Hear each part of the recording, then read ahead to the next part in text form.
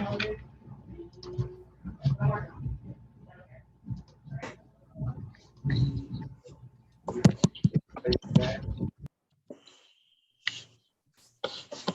at the moment, I don't have anyone else in the waiting room.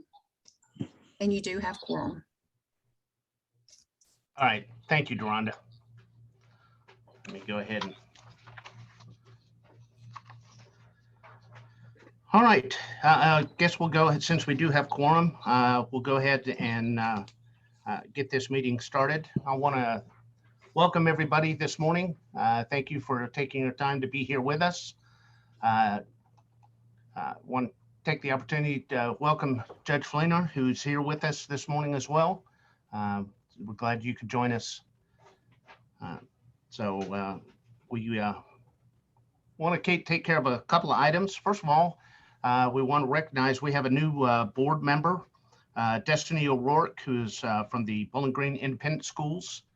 We're thankful for their participation in this board as well. We'll go ahead and get started. Everybody should have received a copy of the minutes from the last meeting. Does anybody have any questions concerning the meetings for minutes from the last meeting?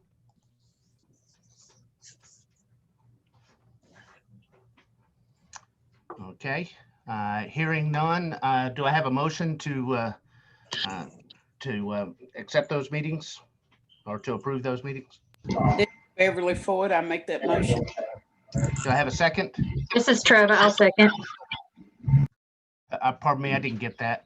This is Trevor. I'll second. Okay, thank you, Trevor. All those who approve, say aye. Aye. Aye. Anyone that does not approve, say nay. Hearing none, we will pass the motion to approve the minutes from the previous meeting. And that would be the June 10th meeting. Okay. I'm going to turn the floor over for a moment to John Swords to give us his opening remarks. So I give the floor to you. Thank you, Mr. Chairman. Good morning, everybody. Welcome. We've got a lot of guests today, and I welcome you. It's good to see everybody, even if it's on a small screen, and I hope you've had a good summer thus far. This morning, we're going to follow our routine format of presenting business-related action items and information up front, and then we will transition to the strategic goals portion of our meeting. For those of you that are joining us for the first time, we have 4 strategic goals in our local strategic plan, and we use that to guide the activities of our organization. Rather than have our strategic plan just sit on the shelf with our goals tucked away and gathering dust, we bring that to life by making it part of the framework of this presentation that we do with you every 2 months. Having basically reporting back to you on how we are pursuing our 4 strategic goals. It keeps us focused, it keeps us accountable, and it keeps you informed on how we're pursuing all the things that we agreed upon in our strategic plan. So that said, today we're going to really concentrate on strategic goal number 3 when we get to that point. Strategic goal number 3 is our job seeker focused strategic goal, and you're going to hear about our support to reentry individuals, our support to new Americans and military veterans. And finally, you're going to hear about an innovative concept we are pursuing to better serve job seekers, especially as hopefully as the extended unemployment benefits end. We're hopeful that there's going to be a surge of job seekers that come back into the workforce, and we're trying to prepare for that in the hopes that happens. So those conclude my opening remarks, and I will turn it back over to Mr. Chairman. All right. Again, I want to welcome everybody here. I'm very thankful for everybody attending. I was really hoping for a hybrid meeting in which we could start seeing folks face to face. Unfortunately, with the uptick in COVID related cases, that we thought it best if we return to a virtual meeting. Hopefully in October, when we try this again, we'll be able to do a more hybrid type meeting so that those who are comfortable can start meeting face to face again. But unfortunately, that's not the case today. I have a few items I'm going to hit on with the executive committee, just to give you an update as to some of the things that have taken place there with the last few meetings that we've had. First of all, we had our June 28th meeting. The executive committee convened to consider a proposal for the South Central Workforce Development Board to act as the employer of record for the Cumberland Workforce Development Board director position. That proposal was reviewed by the Lake Cumberland Area Development District, the Kentucky Education and Workforce Development Cabinet, and National Able, which is our fiscal agent. And Ms. Regina Jackson also reviewed that as well. As the employer of record, South Central Workforce Development Board will generate additional $8,000 to $10,000 per year in WIOA funding. So that was what we get out of that. The executive committee unanimously approved that proposal. So we have moved forward with that. Then we had the meeting on July 8th, which was our next executive committee. We really didn't have any action items at that point. What we did cover is the president and CEO of the executive committee or provided the executive committee a mid-year review of some of the significant operational activities and actions that occurred between January and June of this year. Again, other than the approval of the meeting, so we did not have any action items at that time. In addition to those two meetings on June 28th and July the 8th, the executive committee also met on July 23rd and the 30th in a closed session regarding a personal matter. Because of the privacy issues, meetings regarding personal matters are held in a closed session under Kentucky Open Meetings Act. So what I can say is that the matter is still under review by the executive committee, and we're working diligently to try to conclude this issue. That's really all that I have over the items that we've covered with the executive committee. Anybody have any questions?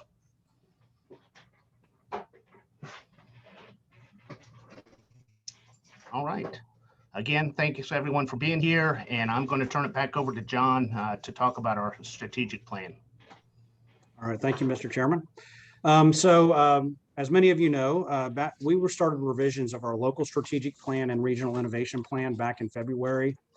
We followed a very deliberate process and a timeline to update both of those documents. We completed several versions or drafts of the updates of these documents through the end of March.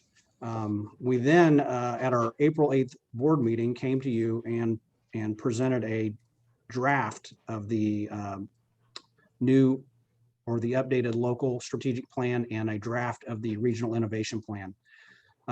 So that was on April 8th, and then a week later, we actually held a breakout Q&A session with several board members that was well attended, and we did more of a deep dive into both documents and received your feedback. On April 30th, we really had wrapped up both plans, and on April 30th, we submitted both plans to the state for their review. And on that same day, we posted both online for a 30-day public comment period.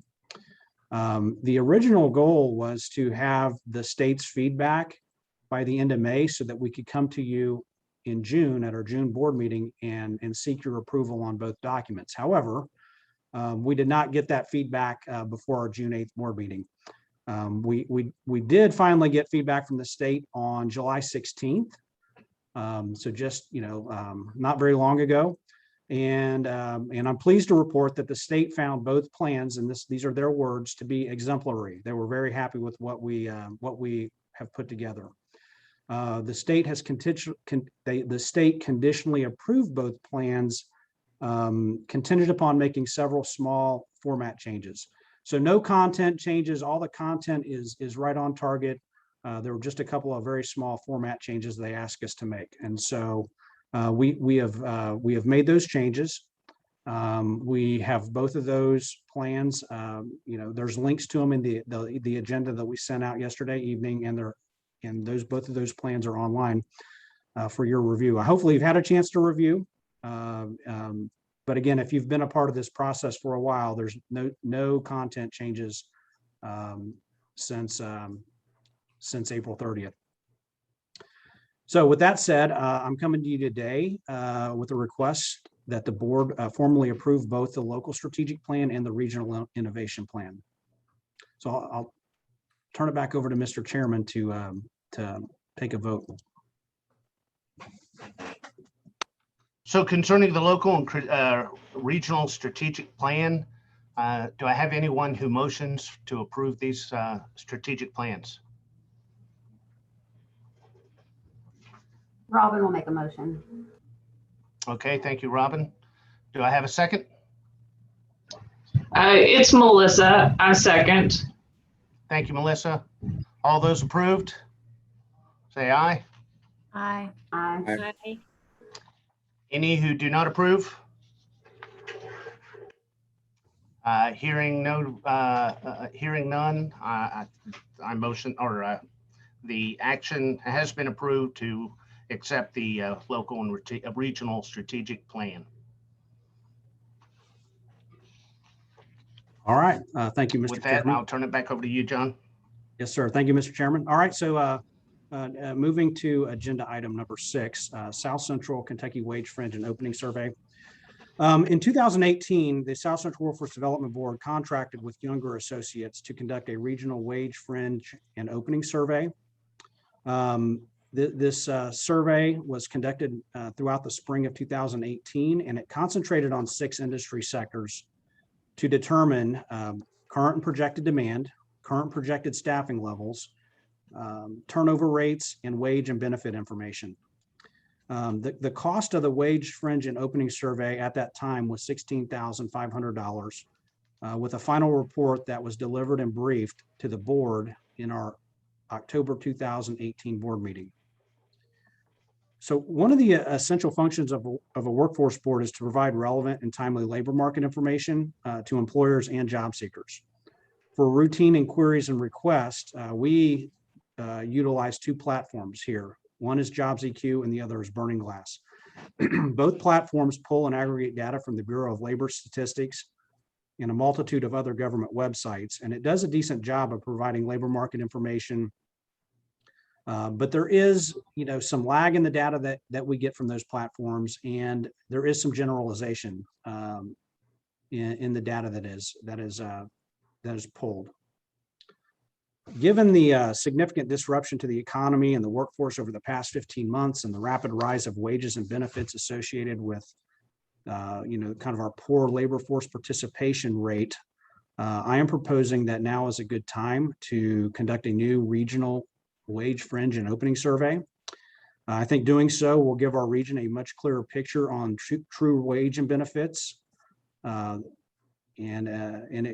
we can in turn share with employers and economic development agencies, industrial authorities, chambers of commerce, and of course, job seekers.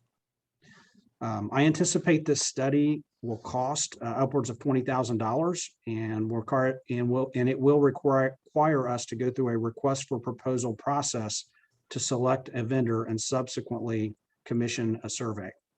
We do have the money in the budget for this activity and can pay for it outright. However, if the board approves, it is my intent to simultaneously pursue a statewide reserve grant to fully or partially offset the cost of this study. So with that, my request is to pursue a regional wage fringe and opening study, and I will open this up for questions and or turn this back over to Mr. Chairman for a vote.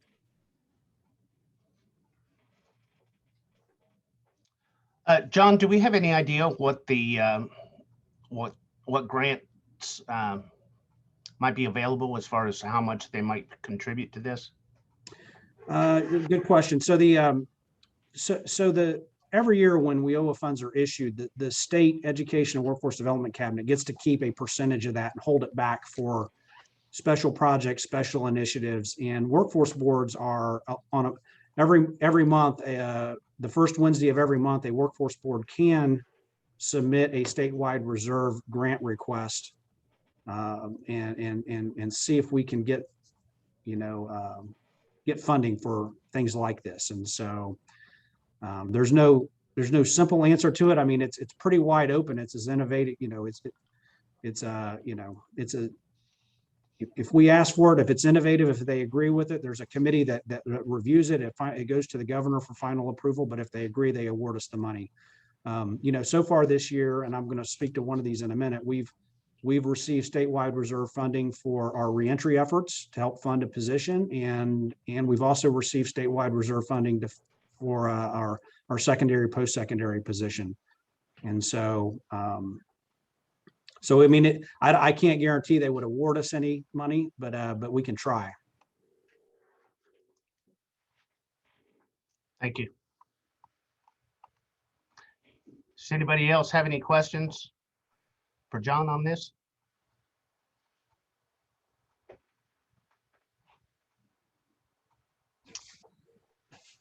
All right. Do I hear a motion or have a motion to approve the Kentucky Wage Fringe and Opening Survey to be conducted? Mr. Chairman, this is TJ. I'll make that motion. TJ, thank you. Do I have a second? Robin will second it.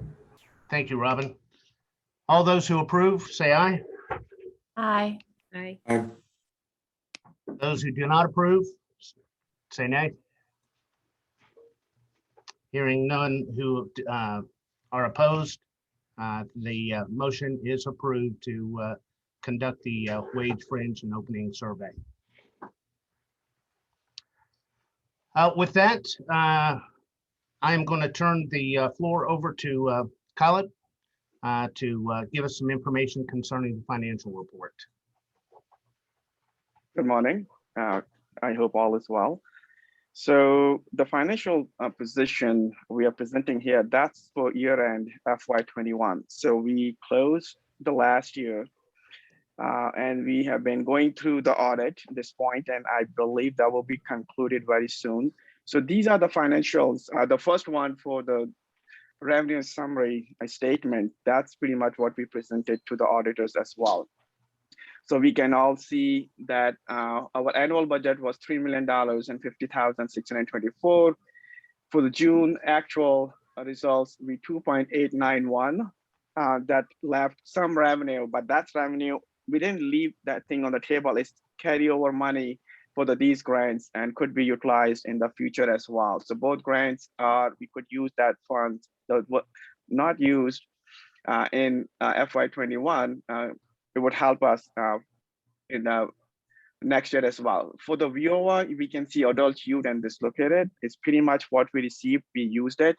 So there was nothing was like would be carried over, but not according to the budget. So that's where we at this point. So as I said, $3 million we had budgeted. We came 2.891 with minimal money that could be carried over for the next year as well. For our expenses for the sub-grantee, we are $2 million, but then 1.7, but this is one of the energy grant that again would be used in the future as well. So when it comes to the WIOA, we didn't leave anything on the table, very well utilized by the CREA team and the board as well. So I mean, this is just for the energy grant and money could be carried over for the future expenditures as well. For the board expenses, pretty much landed on target. No surprises there as well. We were expecting a $50,000 deficit when we started the year. We ended up no deficit at the bottom line because we maximized the contract at the end. And so you can see that even though we had a $2.8 million revenue, we spent the 2.8 without any deficit in the bottom line as of this point. And these numbers, as I said, under the audit at this point, and could be the same amount you would see one the auditor would present us the audited financials.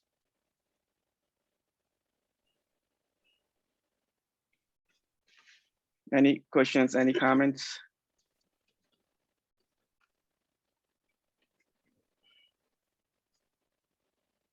All right. Thank you, Khalid. You're welcome. Thank you.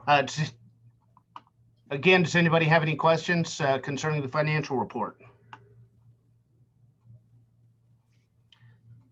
With that, do I have a motion to approve the financial report? Motion to approve. Thank you, Melissa. Do I have a second? Robin will second. Thank you, Robin. All those approved, or yeah, all those who approve, say aye. Aye. Aye. Aye. Those opposed? Hearing none who oppose, so the motion is approved to approve the financial report. With that, we have our strategic goals that we're going to discuss. And I believe we're going to turn the floor over to Brian Becker. All right. Good morning, everybody. Thank you for joining us, friends and allies. Good to have everybody. Again, would have loved to have seen everybody in person, or more of you in person than just the staff that are gathered here in the office. But of course, like was already mentioned, we don't have the capability just yet to try to attempt that, hopefully soon. So I'm going to be your MC as we go through the hits of the summer and some of the upcoming albums that are going to get released this fall, AKA the strategic goals. So looking, again, sticking to the agenda here with strategic goal number 1, this is where we actively engage employers. And as you can see on the screen being shared, there's a lot of supporting objectives. In each board meeting, we will be sharing where we want to go, where we think we are. And so I get to kind of explain the dots and the arrows to you, but we've got the dot indicating kind of where we are in beginning of 2021. And then the black showing kind of where we want to try to get to, and the blue showing where we believe that we are. And so we're going to give more detail, and we're going to take this opportunity to not just show you what we're doing to advance the strategic goals, but to tell you how we're developing our region's workforce and tell you how some of the impact that's happening with individuals and organizations through these efforts. So strategic goal number 1, we actively seek that, like I said, to engage employers and stakeholders in our 10-county region to drive workforce solutions. And we're going to have a tremendous opportunity. It's actually an annual one through an event that we host, which we'd love to have you, board members and other guests on the call, be able to participate. Ms. Leslie Whitty, our VP of Outreach and Communication, please tell us more about this event. Absolutely. Good morning, everyone. I am thrilled to share information about our upcoming Workforce Summit. Please save the date, October 26th. We are scheduled to hold the summit at the National Corvette Museum. I think it goes without saying, but I'll say it. That may change. We may have to switch to a virtual model, but as of now, we're planning on holding the event at the Corvette Museum. The focus of the Workforce Summit this year is on the labor force participation rate in South Central Kentucky. And for those that may not be familiar with what that rate is, we are at about 59% participation. And what that means is for about 41% of the population between the ages of 18 and 64 are not working. And in our 10-county region, that equates to about 80,000 individuals who are not working. And I think it's pretty obvious to see why that number needs to be addressed. So the summit will be very much a problem-solving themed event.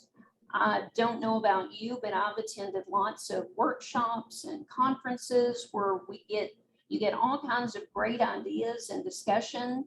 But when I walk out the door, it's like, what do I do now? So our goal is to give people at the end, hey, here are things you can do. Here are things you can do immediately. Here are things you can start doing. Here are things you can do in the future. We want people to walk away feeling empowered that they can personally start making changes that will impact the labor force participation rate. And how we're going to do that is in a series of steps. There is going to be a lot of heavy lifting on the front end. We're sending out an initial survey to employers and partners, getting some initial feedback on what they believe may be contributing to this low labor force participation rate. We'll be compiling that data, analyzing it, and the next step is creating focus groups. And they can be arranged by industry, by focus population. We'll have to get that data first to see what the best arrangement would be. That those focus groups will be meeting probably virtually. They're going to be sharing a lot of ideas and discussion, and that information will then be taken, and I'll be creating presentations from that information to share at the summit, which again, that's not the be all end all. Those are meant to further spur discussion and how can we take action on these items. So it's meant to be very interactive, and it's meant to be something that will help produce results, that will help employers and partners be able to take steps to personally address this issue. Thank you.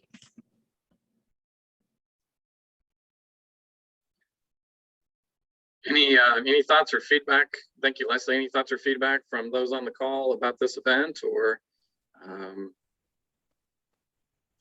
we would love to solicit your participation as well, because as Leslie said, we will have a survey that'll go out. So those of you that are employers or that may be getting that survey, please give us honest feedback. If you would not be getting that on behalf of your organization, maybe not on any regular kind of HR distribution list, then please tip off the people that do, so that they can give us that feedback.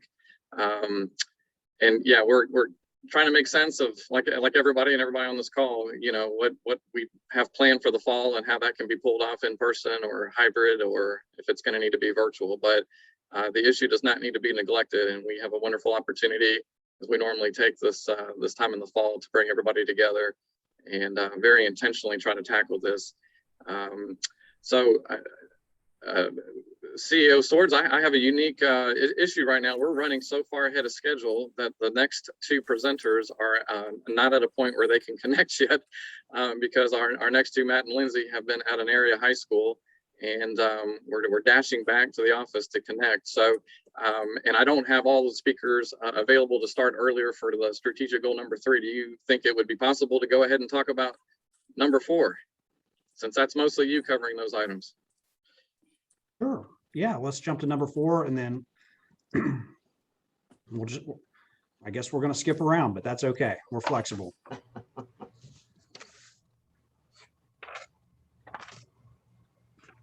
Okay.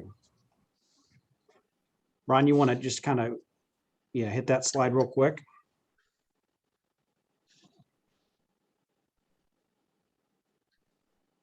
Right. You want me to take the assessment, Brian, or do you want to take it? Oh, yeah, I can go ahead.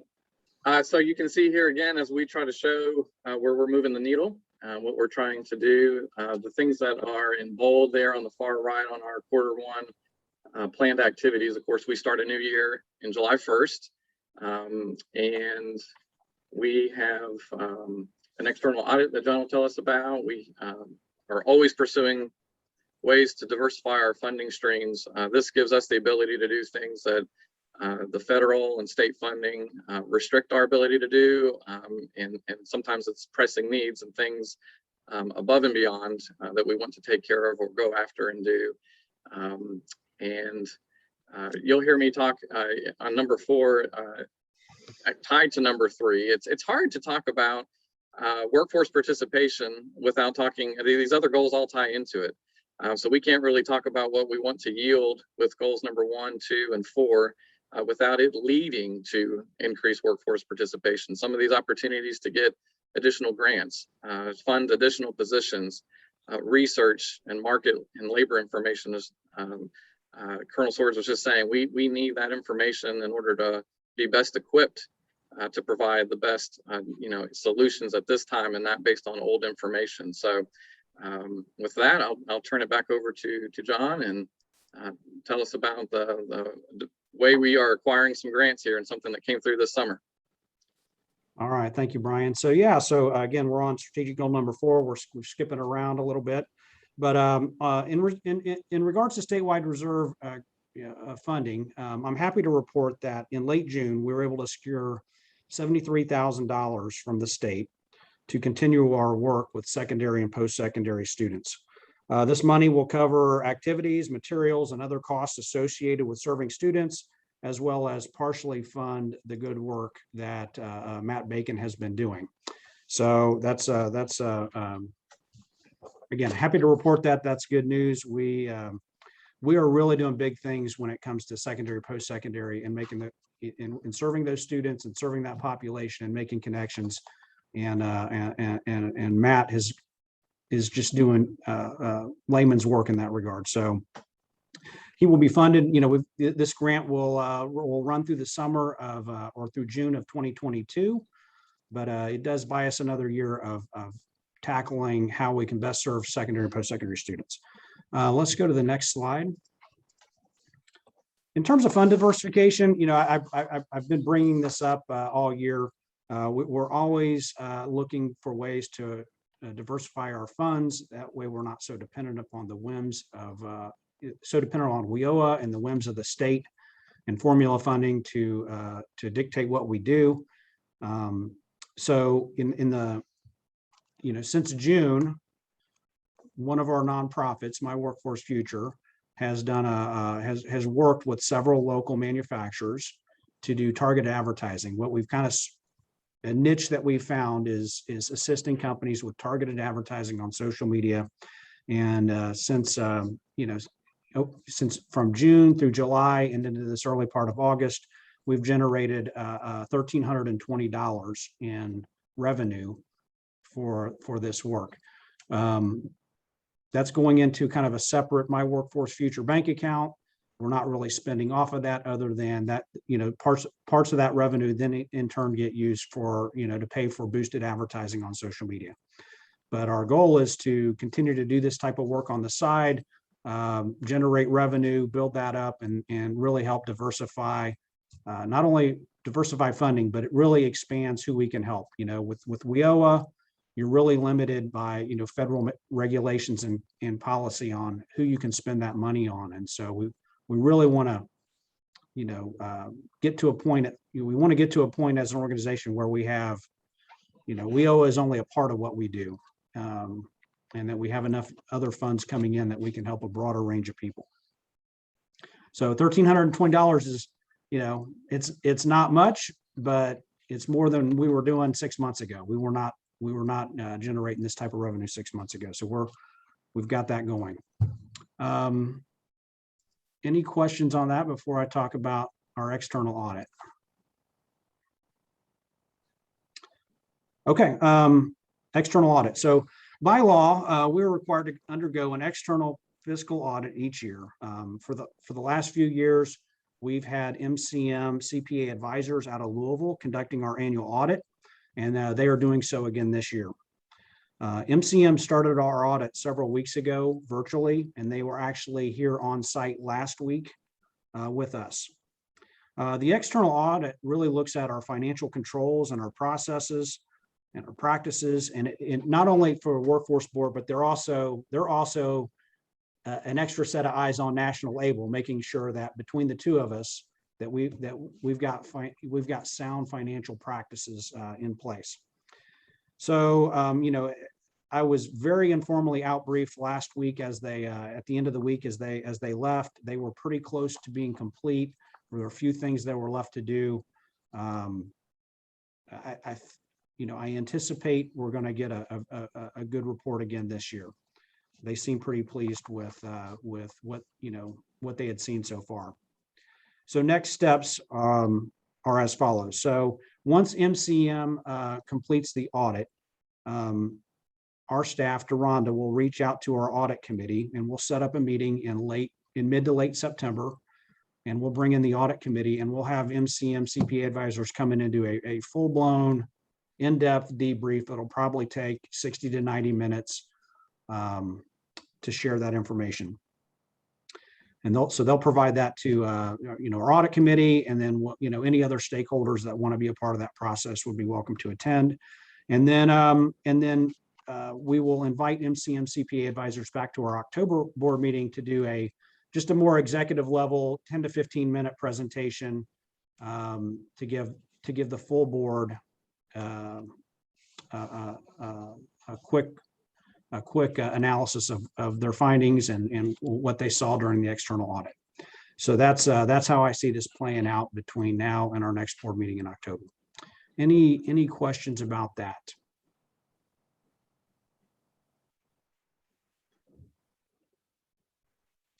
Okay, Brian, are we ready to jump back to number 2, or do we need to go to number 3? I think they're connecting right now, so I can go over the slide to show you guys. So this is strategic goal number 2, where we're going to show you how we're aligning and integrating education and pathways for youth through adults and job seekers. You heard us give an update on this. This was our focus theme and focus strategy for the June board meeting. But we'll have Lindsay and Matt joining here in just a sec to each take turns giving us some updates from their summer.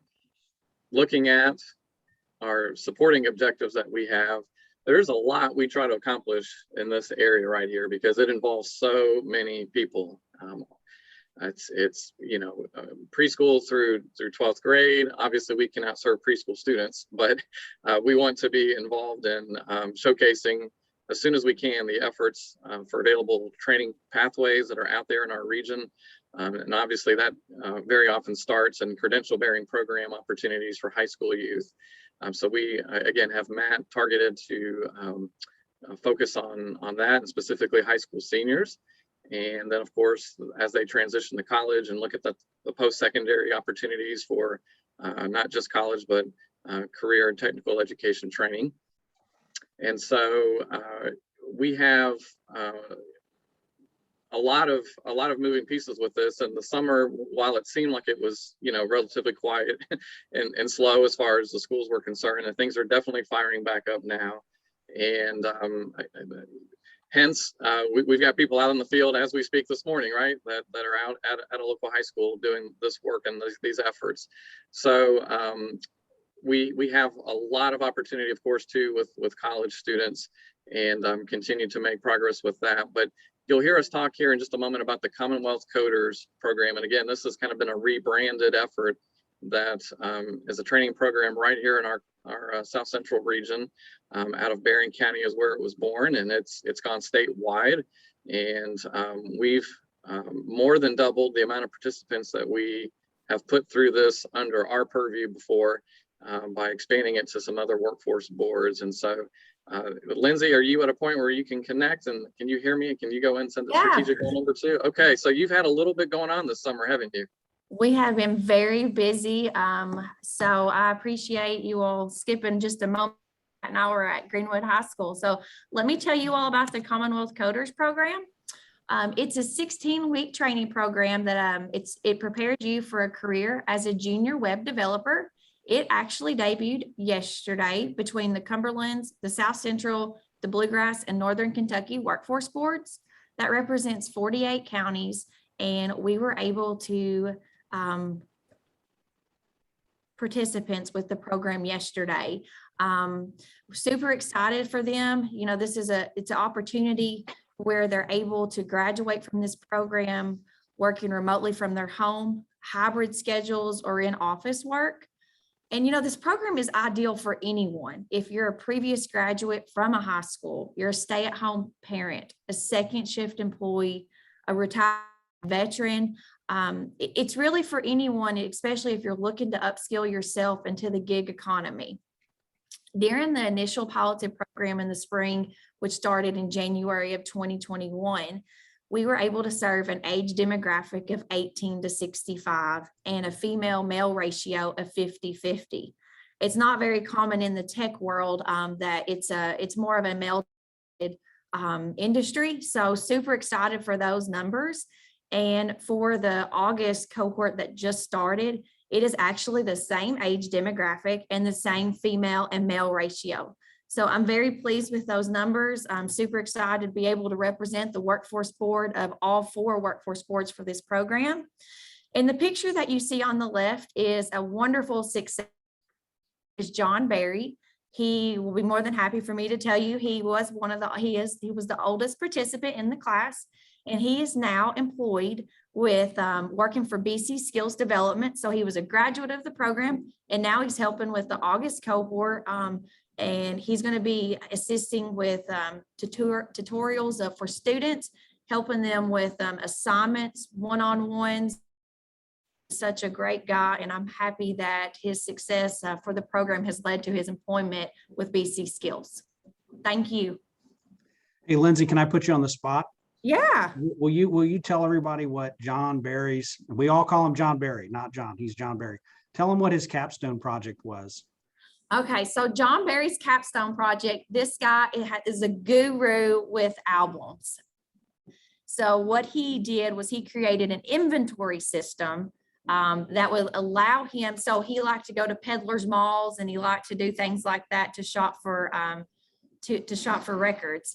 And so this would allow him to plug in the item to show if he already had it on file, if he didn't, because he went 2 or 3 times and bought the same record and didn't realize he had. He built it all from JavaScript and React, which is once you're able to build from those languages, you're able to design a whole website and an app. So super proud of John Berry. All right. All right, thank you, Lindsay. And tell us a little bit more too about before we turn over to Matt. Yeah, you guys are shoulder to shoulder there. That's good. So you said that John is working for BC Skills. Is that a unique thing, or is that something that's happened before? Well, not as far as a participant being able to be right back into the training on the other side of the desk, so to speak. Well, through this partnership was, of course, this was the first hire. We were able to leverage, some funding that we had available for him as far as, through the program. But no, the others have been graduates of the program, but as soon as he graduated, he's employed 2 months later with BC Skills. And this is going to be great because there's participants, as I had stated, from 18 to 65. So it just shows these participants that's doing the fall cohort that anyone and everyone can take this class and be employed. Absolutely. Yeah, so this program is very unique in that it has hired graduates of the program to become full-blown facilitators and instructors for it. John is actually in a WIOA program right now. So when we say that he's working for BC Skills, it's actually getting support through the way that these things are designed to work in WIOA, that if somebody needs a placement and kind of a trial, so it's sort of like a temporary job, but it's something that the employer can kind of test that person's skills. But as far as we know, in this case, the employer, who's the coordinator over the program, has an intention of really trying to take advantage of this opportunity with a trained person to pour into future program participants, because that's exactly who's standing in front of the class right now has each gone through that. So it's wonderful that it's kind of coming full circle like that. And so we want to thank career team for getting them enrolled, and Lindsay for reaching out, and Justin Browning, the coordinator, for being the host, because if you talk to Justin, this is kind of old hat for him, but taking advantage of these WIOA programs to go with people that might not have made the first cut is new territory for him. And I would like to say one last thing before I turn it back over to Matt. As far as employment of participants in the South Central region that graduated this past May, 7 of the 8 are already employed. Statistically, it usually takes 6 months for them to get employment. So some of these have decided to, do 1099s. They're working for themselves. They're developing just local websites. So that is a great number to speak of. All right. And I didn't give you the proper introduction, but Lindsay Brown is our Economic Recovery Coordinator.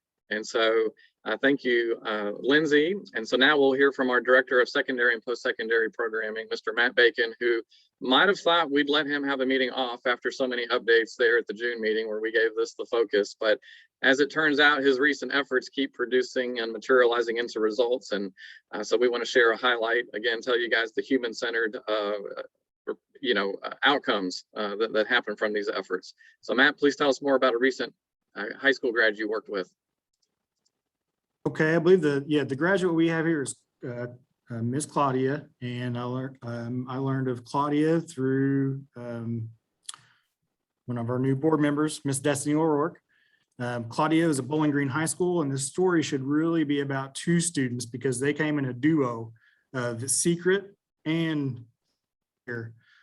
Secret and Claudia had both planned to move to Louisville together after their senior year, or so that's what they had imagined themselves doing. I sat down with them. We talked about a guaranteed income. We talked about cost of living. We talked about options available at WKC versus options available at Louisville. We broke down, like I said, we broke down the cost of living and living both places. Secret actually went on to be hired from our senior hiring event. She's still working down at Tractor Supply Company in Franklin. Claudia here is also working. They are both decided to stay here in Bowling Green. They looked into Army National Guard, becoming the human resources specialist.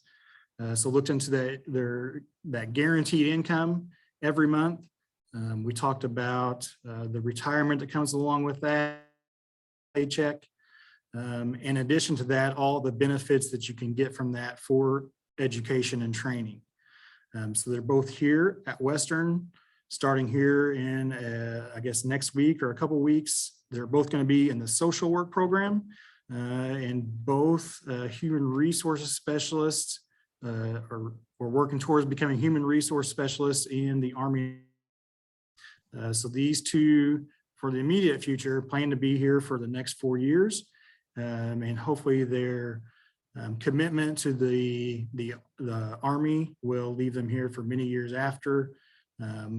I'm going to stay in touch with both of these just to keep them connected or get them connected to the industry, whether it be human resources within business or through social work and beyond.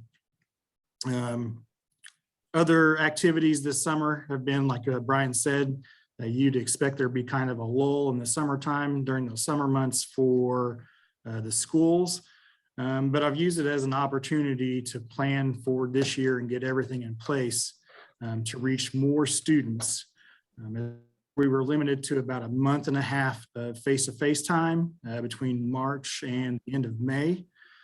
So this year we're planning just to get out to as many places as we can, get in front of as many students as we can, especially if another COVID-related shutdown is on the way. We're going to get out there fast and early. And I think so far we're going to be 6 high schools regularly, connecting those students to education, training, and work experience opportunities that allow them to connect to the local workforce. In addition, Brian mentioned there's some other results that that are occurring, and we are looking to bring new industries or new pathways to in high demand, high wage industries and occupations. And we look forward to developing that over the course of the next year so that students can come back next year with maybe new opportunities to seize throughout their high school or their area technology centers. Fantastic. All right. Thank you, Matt. Well, we're hitting the meat and potatoes of our theme here for the meeting with strategic goal number 3 by increasing regional workforce participation and creating opportunities and removing barriers to employment. And like I said earlier, while this is a standalone goal, I mean, it truly is interwoven in all the other 3 strategic goals, because the things that we do will yield fruit towards this one. So as we look at this goal and a lot of the supporting objectives, while this list looks short, there is a lot here, and there's obviously a lot of activities, because as John said at the beginning, this is a goal that's a lot more focused on the individual job seeker. And so we're always looking to develop unique programming for our board focus populations, as we call them. And so, again, if you didn't quite look at the strategic plan in time for the vote, you'll see where we break each of these populations down. So there's the secondary, post-secondary, there's reentry, there's new Americans, which are immigrants and refugees, and anybody who is not a native-born individual that is looking to make South Central home. With veterans, transitioning veterans in particular, that are coming out of active military duty into civilian life once more, and supports for them, and then the long-term unemployed folks. And so we've had quite a bit of movement on this, and so you can see again where we started the year, what we would aim to do as far as to be here at this point in the quarter and where we believe we are. And so you know, John gives the arrow marks on these slides, and he's very, very conservative with them. But you can see the light blue color there, the blue is ahead of where we would otherwise assess that we wanted to be right now, because of some things that are coming up and that we're going to go into more detail about now. So talking about one of the first ones here that you can see on the plan, Q1 activities, I'm going to turn things back over to President CEO Swords and his counterpart, and our invaluable workforce colleague, Director of Workforce Development at the Cumberland's Workforce Development Area, Miss Myra Wilson. All right, thank you, Brian. So I'm lead off batter, and I'll turn it over to Myra here in a second. So putting Kentuckians first. Really not a board meeting goes by where we don't mention the work that we're doing in reentry and assisting those individuals with adjusted related background with getting back into the workforce. As most of you know, our staff lead on this endeavor is Mr. Aaron Poynter, and his great work in both the Cumberlands and South Central region has now caught the attention of the Kentucky Workforce Investment Board, Goodwill of Kentucky, the Kentucky Department of Corrections, and several other state agencies. Over the past 3 months, Aaron, Myra Wilson, and I have presented the approach we're taking to reentry to the KWIB on several occasions, Goodwill of Kentucky, and as well as subsequently presenting and participating in several pretty in-depth conversations with Deloitte. So Deloitte, the KWIB has contracted Deloitte to lead an initiative dubbed Putting Kentuckians First. And that Putting Kentuckians First, the goal of that this initiative is to conduct a pilot that identifies and finds best practices for reentry that can be shared statewide. So Deloitte has interviewed us several times. They've interviewed Bluegrass, they've interviewed Northern Kentucky, they've interviewed Western Kentucky. Trying to, just trying to understand who's doing what, who's developed, all of our programming looks very different, but they're trying to identify who's doing what and where, which region is best suited to conduct a pilot. So, as of a report yesterday, the KWIB is in discussions with the Kentucky Education Workforce Development Cabinet to secure funding for the pilot. And once they do so, which we think will be in the next 10 days, they're going to announce which region will be selected for the Putting Kentuckians First pilot. I will conservatively tell you that the Cumberlands and South Central are in very serious contention for being selected. And I'll use that to just transition and turn it over to Myra to give you her perspective. Hey, good morning, everyone, and thank you for allowing me to speak to you for a couple minutes. As John said, I'm in the Cumberlands. I sit over in the Lake Cumberland Area Development District office, and I represent the 13 counties of the Cumberlands. What we did was took an innovative approach and worked together as a region to expose various diverse approaches to the justice involved within the 23 counties. That work's being recognized at the state level and by other entities and leaders across their region. Through assessment, integration, and innovative program, our staff has been able to become a hub of resource information, and that information is included on our websites that show educational opportunities, how to remove barriers that would prohibit people from gaining employment. Through our strategic partnership and approach, we surge forward with our primary goal of increasing the workforce participation. We have shared staff resources that we are able to go throughout the region, identify needs, and we foster this team approach and able to utilize our workforce board resources to be efficient and effective in the 23 counties that our two regions represent. Our collaboration and resource sharing in this region has garnered interest from other workforce boards around the state to understand how we develop this shared resource approach. Many leaders across the state have recognized our innovative unified approach, which has led to impactful success across the 23 counties.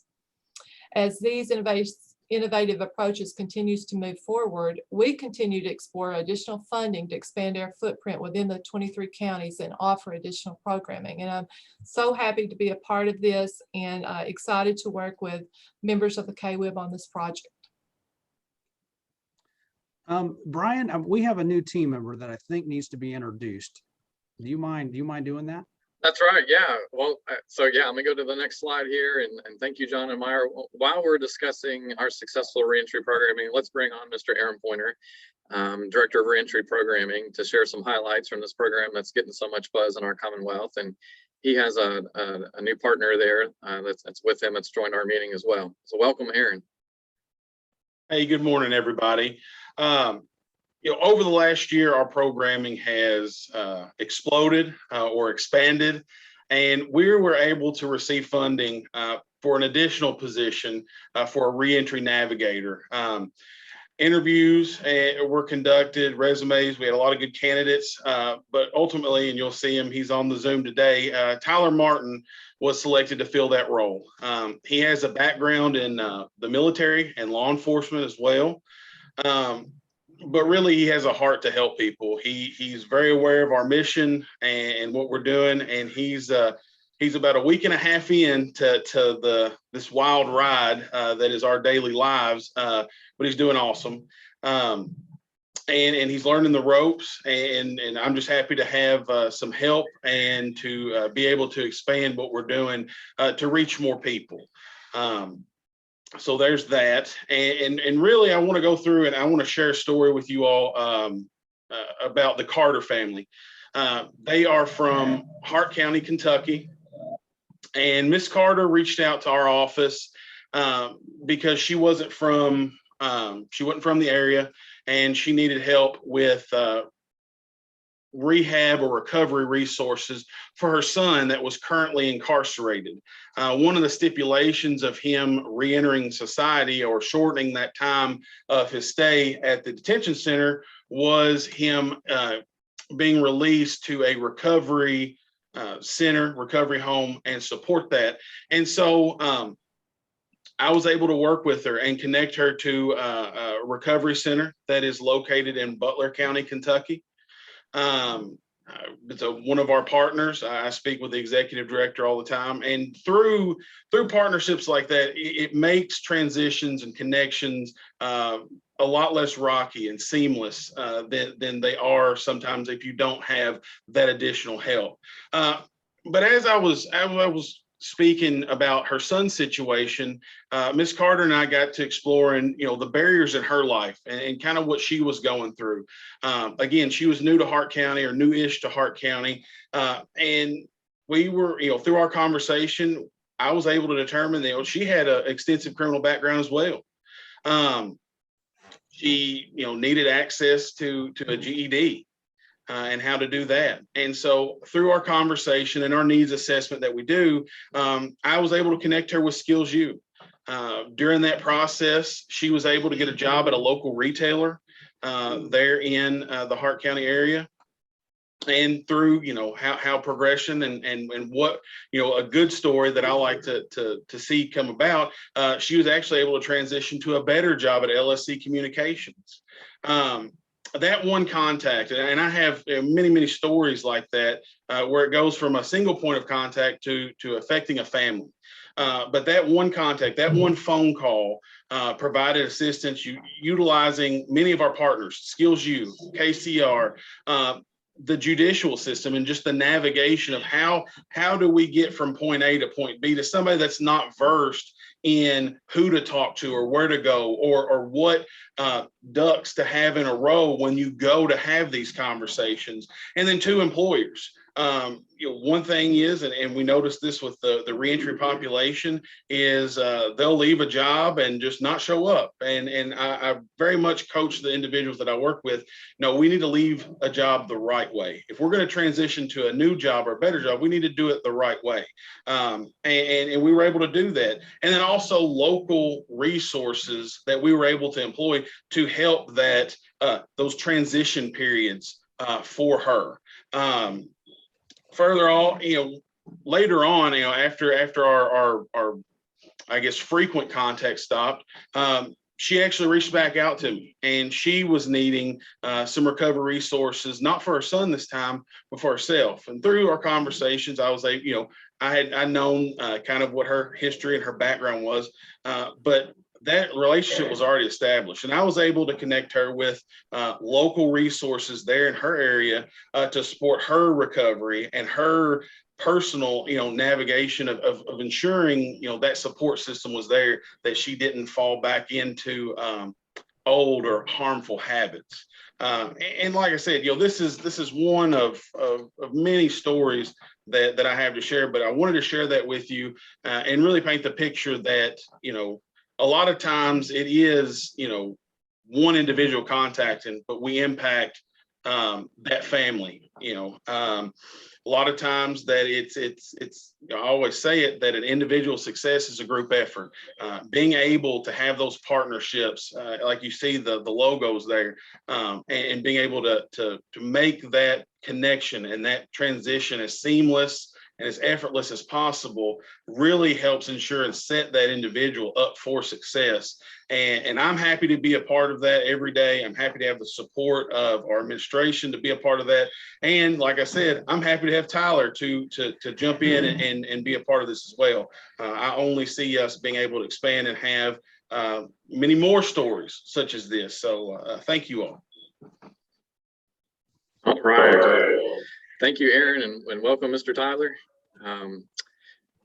Story time with Aaron. You can tune in at what time, Aaron, to hear more of this? If you didn't get enough, just right. Y'all can call me anytime. We need to make a YouTube channel, I think, but not on work time, or else you wouldn't be able to get in touch with everybody. So board members and guests, I hope it's clear, and I hope we've reminded you just how necessary personalized touches are with the audiences that we seek to serve, and how much community collaboration is truly necessary to connect individuals, not just to jobs, but to support systems that they may never have known about. So at this point, I'd like to briefly bring in a guest to help me inform you of an initiative that has developed this summer that aims to chip away at a long-standing issue within our region: local residents pursuing and finding opportunities outside our 10-county region for employment. Some data a few years ago showed that this phenomenon affected one of our focus population groups disproportionately than the general public. And if you didn't know this issue affected them that way, you most certainly know that immigrants and refugees, or what we prefer to term new Americans, have increasingly sought to call South Central Kentucky home, with a growing percentage of them living in and around Bowling Green. And so here to share more about an employment marketing campaign launching soon, we've invited the City of Bowling Green's Neighborhood and Community Services Director, Brent Childers, who some of our long-standing board members and judges may remember often presented at these board meetings when the City of BG was the fiscal agent for a time. So, Mr. Childers, welcome back, sir. Please tell us about this campaign. Yes, thank you, Mr. Becker. Pleasure to be back with the Workforce Development Board talking about this program. And what Brian was referring to is several years ago, we did a research brief through New American Economy to really look at some of the data impacting our new Americans living here in Bowling Green. We knew that about 15% of our population was born outside of the U.S., and we'd been working with that population for a number of years. and really kind of learned some of the challenges that they were seeing, but also some of the opportunities they presented in the community. One of the things we saw was the amount of them that were working outside, not just Bowling Green, but really outside of the region. Actually, several drive to Tennessee every single day. And Bowling Green, just like the rest of the communities here in the Workforce Development Board region in the 10-county area, we can't afford to lose labor to outside areas. We got to retain that labor here locally. So we've been working on several initiatives over the last several years, and then this summer, I guess, in rollout of the reopening of the economy following COVID, it really just spiked. We started getting a lot of calls from employers. Leda Becker, who runs this program for us and this initiative, started getting a lot of calls from different employers trying to find labor. And so we came up with an idea. Let's do something we haven't done before. And so the city of Bowling Green is leading this. We brought in partnership through the Workforce Development Board, and we appreciate the partnership that they provide, and also through the Bowling Green Chamber about how do we keep people working in Bowling Green. So we've developed a Working BG media campaign that is targeting 7 different sectors. Those sectors were identified by the Workforce Development Board and the Chamber, and then they also provided us with contacts in those sectors. So those sectors that we're targeting are logistics and transportation, hospitality, social services, medical, warehouse, construction, distribution, manufacturing. So those are our targeted sectors. And what we're doing is we're doing PSAs, videos, where we're videoing, taking and photographing new Americans working in these sectors with the tagline, Work in BG. And that's what we're trying to do. So we're going to use this through social media and also TV to try to attract those that are working outside of this region to come back and work inside the region, specifically work inside of Bowling Green. We have about 7,000 open jobs. We need to fill those jobs. We need to keep the economy going. We don't need to be losing labor supply to Tennessee, especially in this population, when we have so many available jobs here locally. So this is just one idea and one thing that we're pursuing that the city's taking the initiative on. We're using all our own staff to do the development. We have production assistants, and we have design people that are actually doing all the videography. And then it really comes down to relationships. You know, Brian talked about it a while ago about those personal touch relationships. The reason we're getting into a lot of these companies is because we had worked with them before. We had relationships with them for them to say, yes, we want you to come in here, film our employees, take pictures. We appreciate what you're doing and trying to help us solve this problem, because what it comes down to is we're all struggling. No matter what community you're in this 10-county area or anywhere across the state, we're all struggling to find labor to keep this economy going. And there's not going to be one silver bullet. It's going to take all of us coming up with a variety of solutions to really drive that home.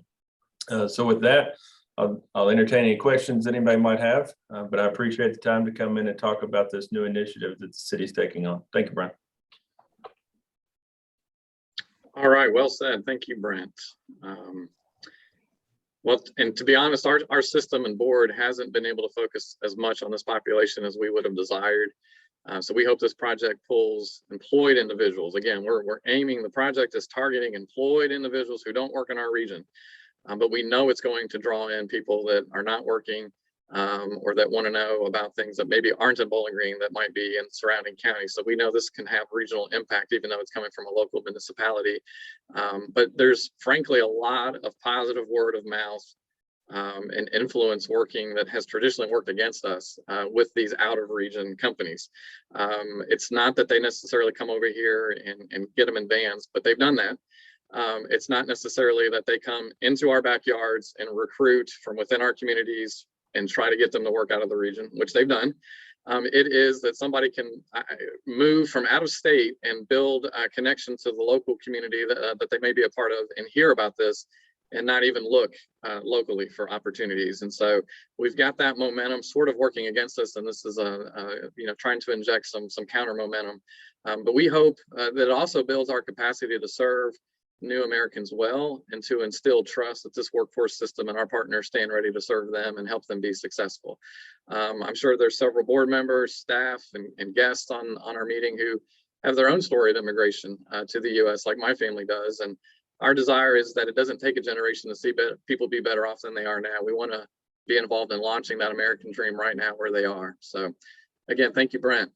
And so in order to, Brian, you know, I have a question actually. oh yeah, go ahead. So I really feel like there's an opportunity here to also capture some of our high school students in this campaign. So I'm wondering if maybe as things are being produced, there could also be, you know, something that really speaks to that population as well. You know, what I find in the high school is that our students, they think about what's happening right in front of them. There's no past, there's no future, it's all right now. And so in my mind, if we've got a video, if you're already producing these things, I could very easily, and so could my colleagues in other high schools, be showing this and having those conversations, bringing in Matt and talking about that with our new Americans too. So I feel like we can really hit multiple populations with just a little extra effort. Fantastic. Yep, Matt's giving you a thumbs up. He's ready. Yeah, so I think this initiative will be a social media campaign. It'll live online, and so we want people to connect online. We want this to hit their Facebook feeds or social media feeds, and we want them to land somewhere online. And so that's new. We haven't really been able to do that before. We've always asked people to come to us. We've asked them to come in person. So this is going to be good because we want to have kind of low touch opportunities to connect with them and get their attention. So this kind of segues right into the next area that I'll talk about here in a minute. But first, I'm going to let Colonel Swords tell us about a highlight that also happened this summer with one of our other focus populations. I have a question. Oh, yeah, go ahead. Yes, sir. So are we identifying those populations in the other counties besides Warren County? Yeah, I think what my response to that, Judge, would be that this would be an example of maybe how a packaged intentional campaign goes out from within a community, right? And so that would involve connecting to those resources that serve those populations right now, like Ms. O'Rourke just said. So if we've got school systems, if we've got nonprofit organizations, anybody and everybody who is facing this population, that we can get in front of, I think it's certainly a replicable model that could get out there. Yeah, absolutely. Okay, go back Brian. to Mr. Go ahead. Oh, go ahead, Judge Hale. Sorry. Go ahead. I'm sorry. You bring up a good point, Judge Hale, and some of the others. Could it be a possibility to incorporate this campaign with Manufacturing Week? I know that's coming up in September, and it may be something good as a lateral approach, like Judge Hale had mentioned, in all counties, to really launch a nice campaign that caters to all the counties we serve. Not only that, I agree with what she says, but is this hitting the 5 sectors that we focus on as well? Yes, I think Mr. Childers mentioned those. Yeah, definitely. That's who's on standby, right? Like the back end of this campaign is not just drawing attention to say, come check out the opportunities, but to have kind of in the hopper, right? A list of employers that are ready to embrace this population and give them opportunities. So as we know that is happening, we want to formalize that, right? It's been a little bit, for not using a formal word, loosey-goosey. We haven't quite mapped, some of these folks, when their English is limited, they might have to go work at certain companies, and that's existed for a while. But some of those folks have been there for 5 or 10 years now, and they may not have looked anywhere else. They may feel a certain loyalty to that employer. And again, our desire would not be to take from within the region, but specifically those that are outside, because they've been the ones most aggressive to try to recruit from within this region. So we want people to know to ask. Right now, they may not seek our workforce system to look for job opportunities. They're doing it with word of mouth, and they're doing it internally. So we want them to seek us, and then we want to be able to point them in a direction like we do other job seekers. Brian, just food for thought, but since we have so much representation on the board from different backgrounds as far as workforce, would it be beneficial to, you mentioned the social media campaign, would it be something that's optimal to reach out to some of us and do just video snippets about our specialties so people can see a real life glance about what the opportunities are out there. That's a fantastic idea. And I don't know, I can't see who's talking. Can you identify? Because I've got several screens open. I'm sorry. No, that's okay. It's Melissa. Okay. I represent the Butler area. Yes. Hi, Melissa. Yes, you're bringing up a fantastic idea that, and I'm still relatively new in this role, but I think as much as we can present some type of a show and tell to adults, when I was in GD land with Sky CTC, this was really lacking. We had a lot of opportunities that have emerged over the years for youth to get these kind of experiences and hands-on opportunities, but not as much for adults until they sign the application paperwork and the employment paperwork and they start. So as much as we can have companies sharing what pulls them out and distinguishes them as an employer of choice and as someone who should be given, somebody's attention to consider for employment and for career opportunities, that has the capability of reaching, not in just this case with new Americans, but any of our focus population, any number of our groups of job seekers that we have, so that we can direct them right and channel them in the proper way. There's several ideas we're cooking up, and some of these, when we're in discussions with employers, we're running by them. I'd love to have a conversation with you more to run some of these ideas by you. Okay, yeah, sounds great. Thank you. Mr. Childers mentioned 7 sectors. What are the other 2 besides the 5 that we focus on? So the ones I had mentioned, let me go back to that email real quick. I'm not sure what the 5 you all have identified as the regional workforce board, but ones we've come up with were logistics and transportation, hospitality, social services, medical, warehouse, construction, distribution, manufacturing. So some of those could be combined. Warehousing, distribution could be combined with logistics and transportation to narrow that list down. But those were the 7 that we're trying to identify as part of our media campaign that the city's rolling out. And Brian, if I may add, just to clarify a bit, the city of Bowling Green approached us and said, hey, here is a media campaign that we are doing. We would like you to help share because of you all have a vested interest in new Americans. So this is sort of a starting point, and this is something that we can learn from and look to see what works and what doesn't. And absolutely 100%, this is something that we want to bring to every single region. There's no question about that. This is simply a starting point, and we think it will be great experience for us so that we can learn what are the best practices, how can we best reach people in this region, in that region. So hopefully that explains a little bit. Yep. Thank you, Leslie. All right, good discussion, good questions, everybody.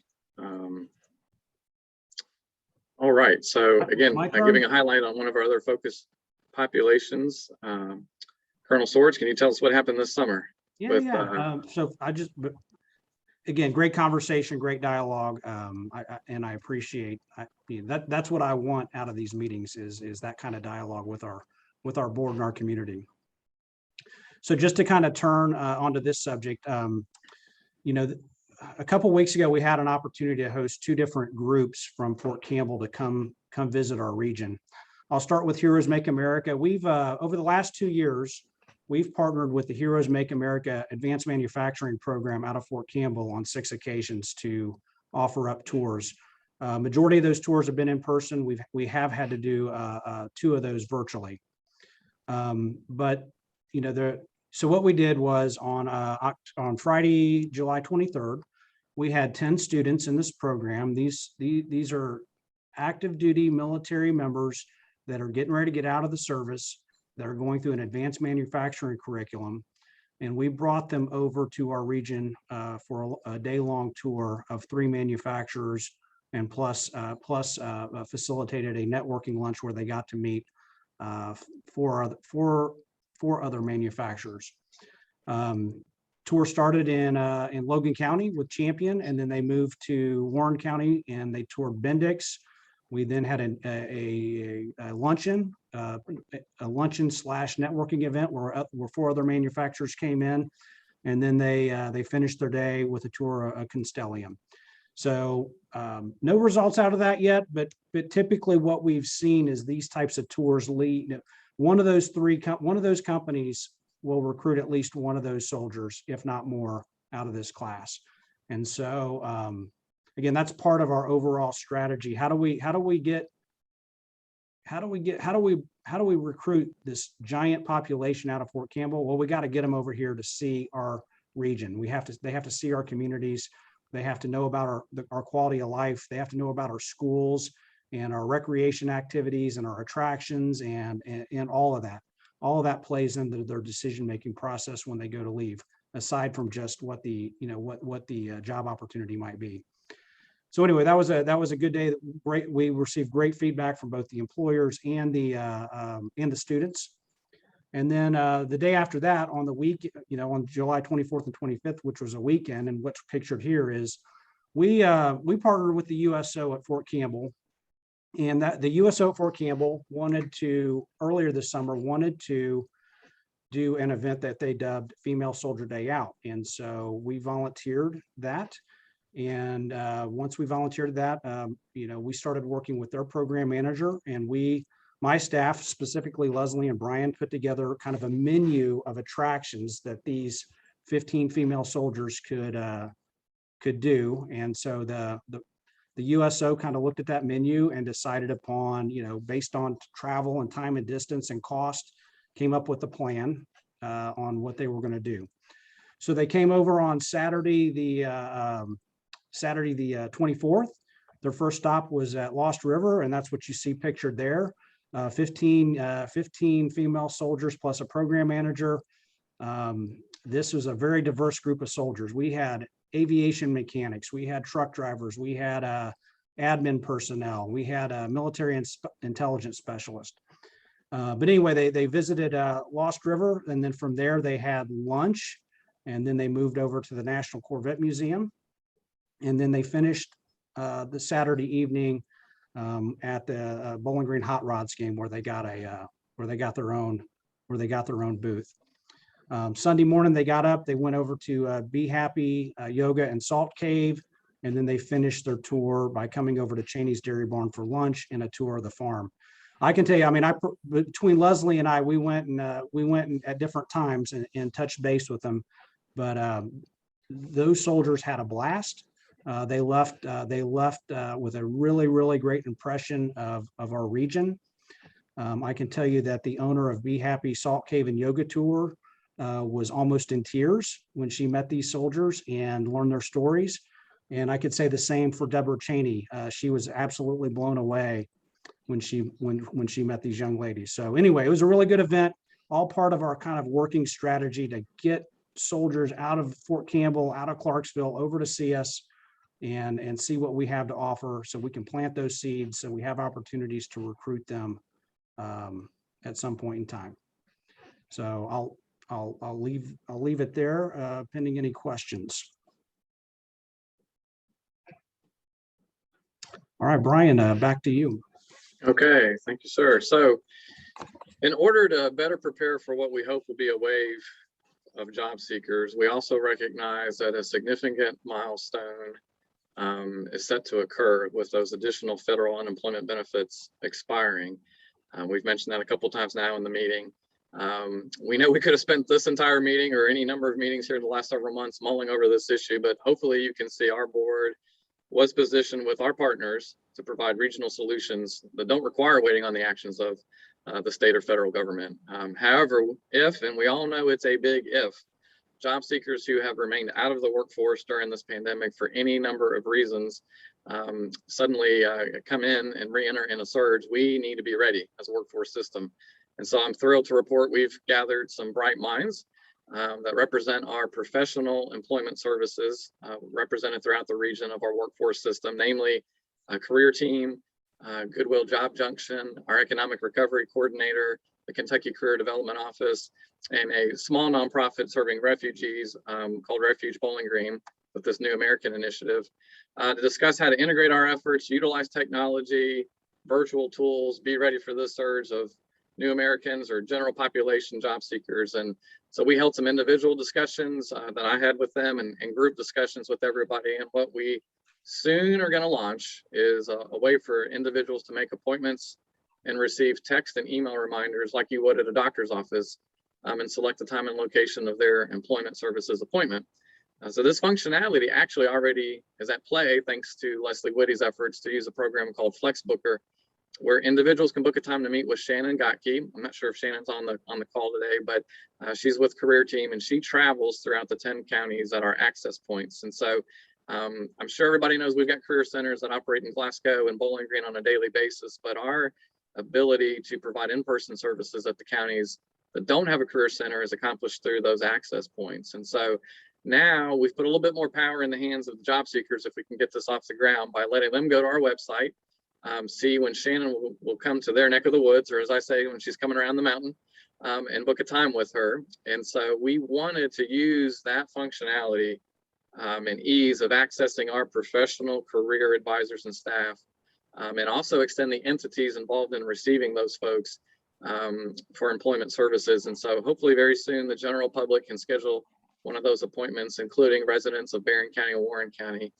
And what's really exciting is this FlexBooker program, as it's called, gives us the capability to meet with job seekers via Zoom. So it generates the appointment and we can push out that specific Zoom link that that individual would receive. And again, they'll get a text reminder. And so they'll be able to click if they can't come to the center, or, and this is even more exciting in my mind, we might be able to think outside the boundaries of physical locations and potentially set up, late afternoon or evening appointments with folks without having to think about after-hours security at those career center locations or access points, right? So perhaps employment staff could connect with job seekers from their homes and vice versa. And that capability has sort of happened during the pandemic. As career advisors have just found on our own made appointments, but now we're hoping people can access that and have that functionality. So in addition, we recently became aware of a program that's traveling our Commonwealth to enroll programs and nonprofits called Unite Us. And this is a way for people to be digitally referred. I don't know if anybody on the call, any of our board members have heard of this, but the old fashioned way is, you tell them where it is, or you tell them a name down at the entity and you give them the address or the phone number. We've tried to make improvements in recent years to have a form called a warm handoff form that this workforce system has used that goes ahead and gives the contact information of the client, of the job seeker in this case, to another employment service or the local GED program, something like that, that can receive it. With the idea being, if one entity got their information and collected it, we don't need to make them fill out another application, right? They can just take that form and if we could do added value, we could even schedule an appointment while they're with us to make sure that they connect to that entity. Well, that still is messy. You could say it's over here and you go past the so-and-so and you turn right and it's right over there. You're going to go, and they'll say yes, and then they don't. In this case, what the electronic program can do is let us push a referral through on the back end, so that the receiving entity, nonprofit, whatever it is, this is again wraparound service. So it's not just for employment, but if they came in at a local career center, let's say, a career manager, career counselor, and advisor could say, well, you need rental assistance or utility assistance, or any number of services, maybe a lead on a childcare entity. They could, with whoever's in this system, push through that referral, and that receiving entity would receive the notification and contact information and go ahead and reach out. So it really is in the vein of the one-stop system that our federal government has set up for this workforce to operate under. And we're super excited about it. And hopefully by September, we should be able to take this tool and use it to provide a human-centered, holistic support to people in our communities who need it, and open up the world of social support services that exist, including employment services. So we're super excited to take these employment services to the next level, because in reality, the other reality that's going on is normally our career development offices, which is not Career Team, is the other entity house at the career centers. They are normally positioned to take walk-in traffic and provide those employment services. to the public. But they have been, since the pandemic started, resolving a surge of unemployment insurance claims daily. And that's certainly without argument necessary and urgent work, but we still need to be ready as a regional workforce system to serve job seekers while our state office designates, resources to UI in the interim. So board members and employers, I especially want to have your help with, imagining what it could be like on your end when you have applicants or somebody you're working with that you're not going to move forward with. How great would it be for you to refer them to this Unite Us platform or schedule an appointment for them to book a time at their local career center or access point? We might be able to push QR codes out, make this super simple. We think it would be a pretty great idea. So we'd love to have the whole community support with this. And so we've provided a slew of updates and activities, and we did skip around, and we've already covered strategic goal number 4, but we have built in time in the agenda after we finish these updates to get feedback and entertain any other further comments or questions that you guys have on the call today. Oh, let me scroll down to that part. There we go. All right, Miss Leslie. With that, yes. Oh, go ahead.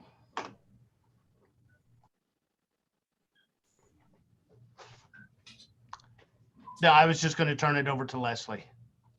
All right, thank you both. Thank you, I appreciate it.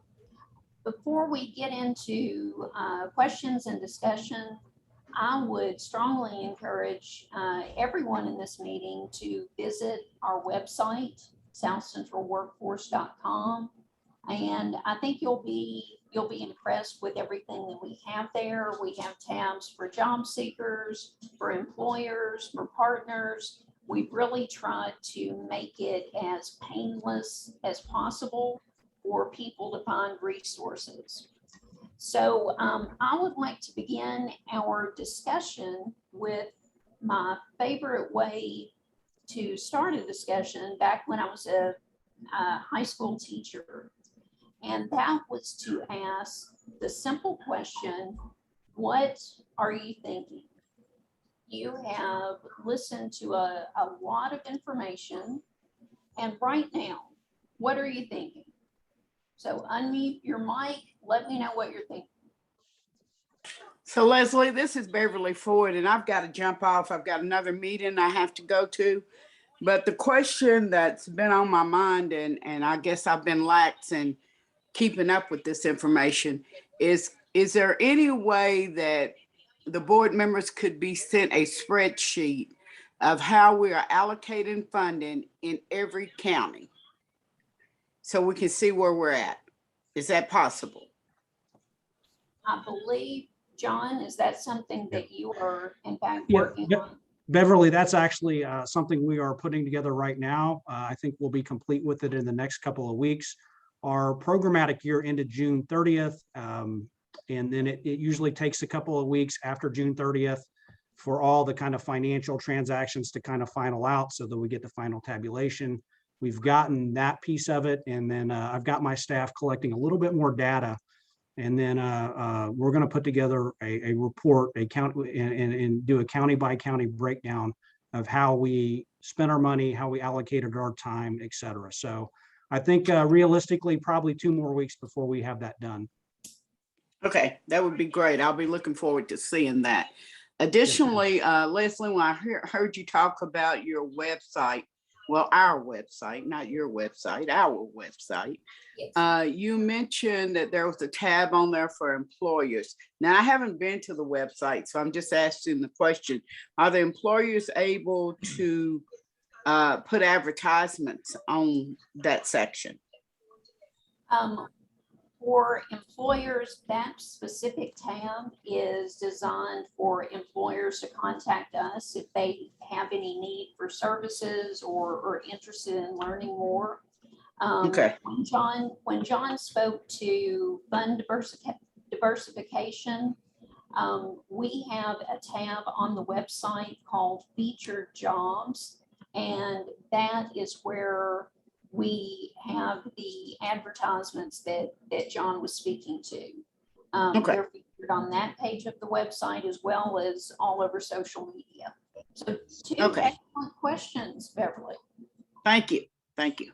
You were very, And I'll see you guys later. I do have to jump off. all righty, thank you. Okay, someone else, what are you thinking? What stuck out? What do you have questions about? I have a question, Leslie. I'd like to go back to the Commonwealth Coders. And I like the success stories, but I'd like for you to break those success stories down a little bit. What is that costing us? And then I would like to know where they are going to work within this region. Is it meeting the problem that we have in this region now by hitting those sectors? And then what programs? I noticed Mr. John Berry was in a program. What program is that? The program that John Berry is in, I believe it's he's a WEX. Is that correct, Amanda? Yes, Leslie, that's correct. Yes, he's considered a WEX, so the work experience program. And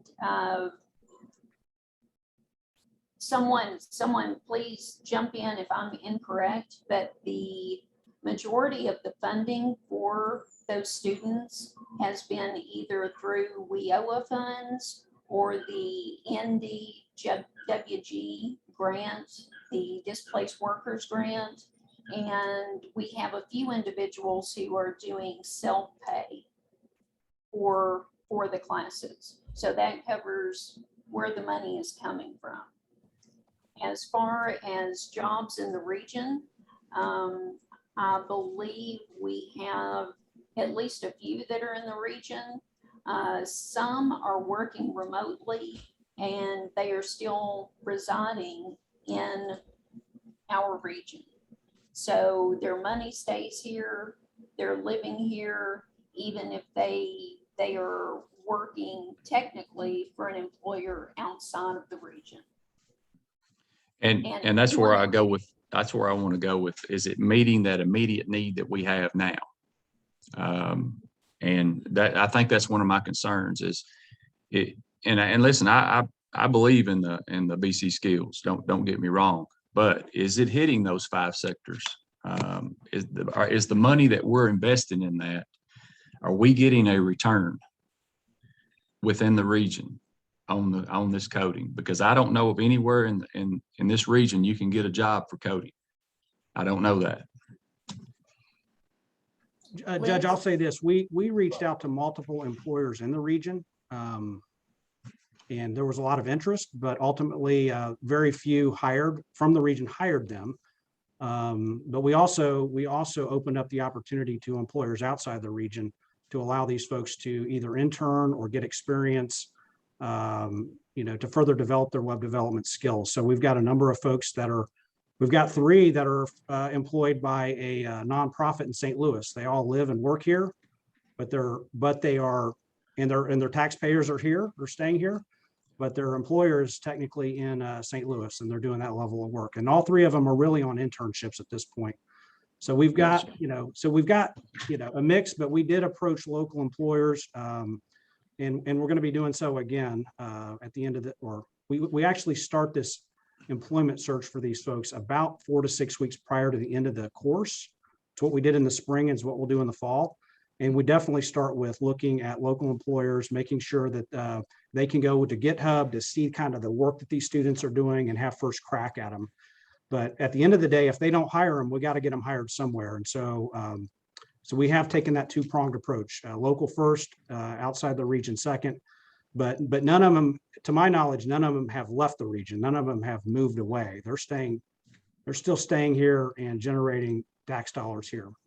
Okay, so where I'm going with this, if they're WEX is only a short-term program, correct? Correct. Okay, so we're actually utilizing workforce dollars in this region to support a company outside the region. Am I correct in saying that? Partially. Many of these folks are being funded through National Dislocated Worker Grant, which is we're not bound by local board policies with that. It's more of a federal. And so we, So it allows more, there's more money that we can spend per person if they're under the NDWG grant. It allows, it not only allowed for us to pay for their tuition, which every student's tuition was $4,500, but there's enough money there that we could roll many of them over into a WEX/internship type role to further develop those experiences. Okay, so I'll go back to my question with the dollars leaving the region. Now, what I have in front of me now is the interlocal agreement that each county signs. And on page 5 of the local jurisdiction of the LEOs, which myself as a judge executive, it says we are liable for misuse of funds. So are we teetering on misuse of funds here if you're supporting a company outside the region, obviously outside the state? Judge, we are not. We are not. We looked into that well before we entered into those types of agreements. Hey, I've got a quick question too, to build off what Judge Hill said. So if we're doing this coding, it wasn't answered. How many employers are giving employment to coding in our region? Because you said they were given the first chance before it went to St. Louis, or because I've not heard of any coding jobs myself. And obviously with the amount of jobs we've got open, who are the employers out there for coding in our region? And what's it costing us to put them through this training?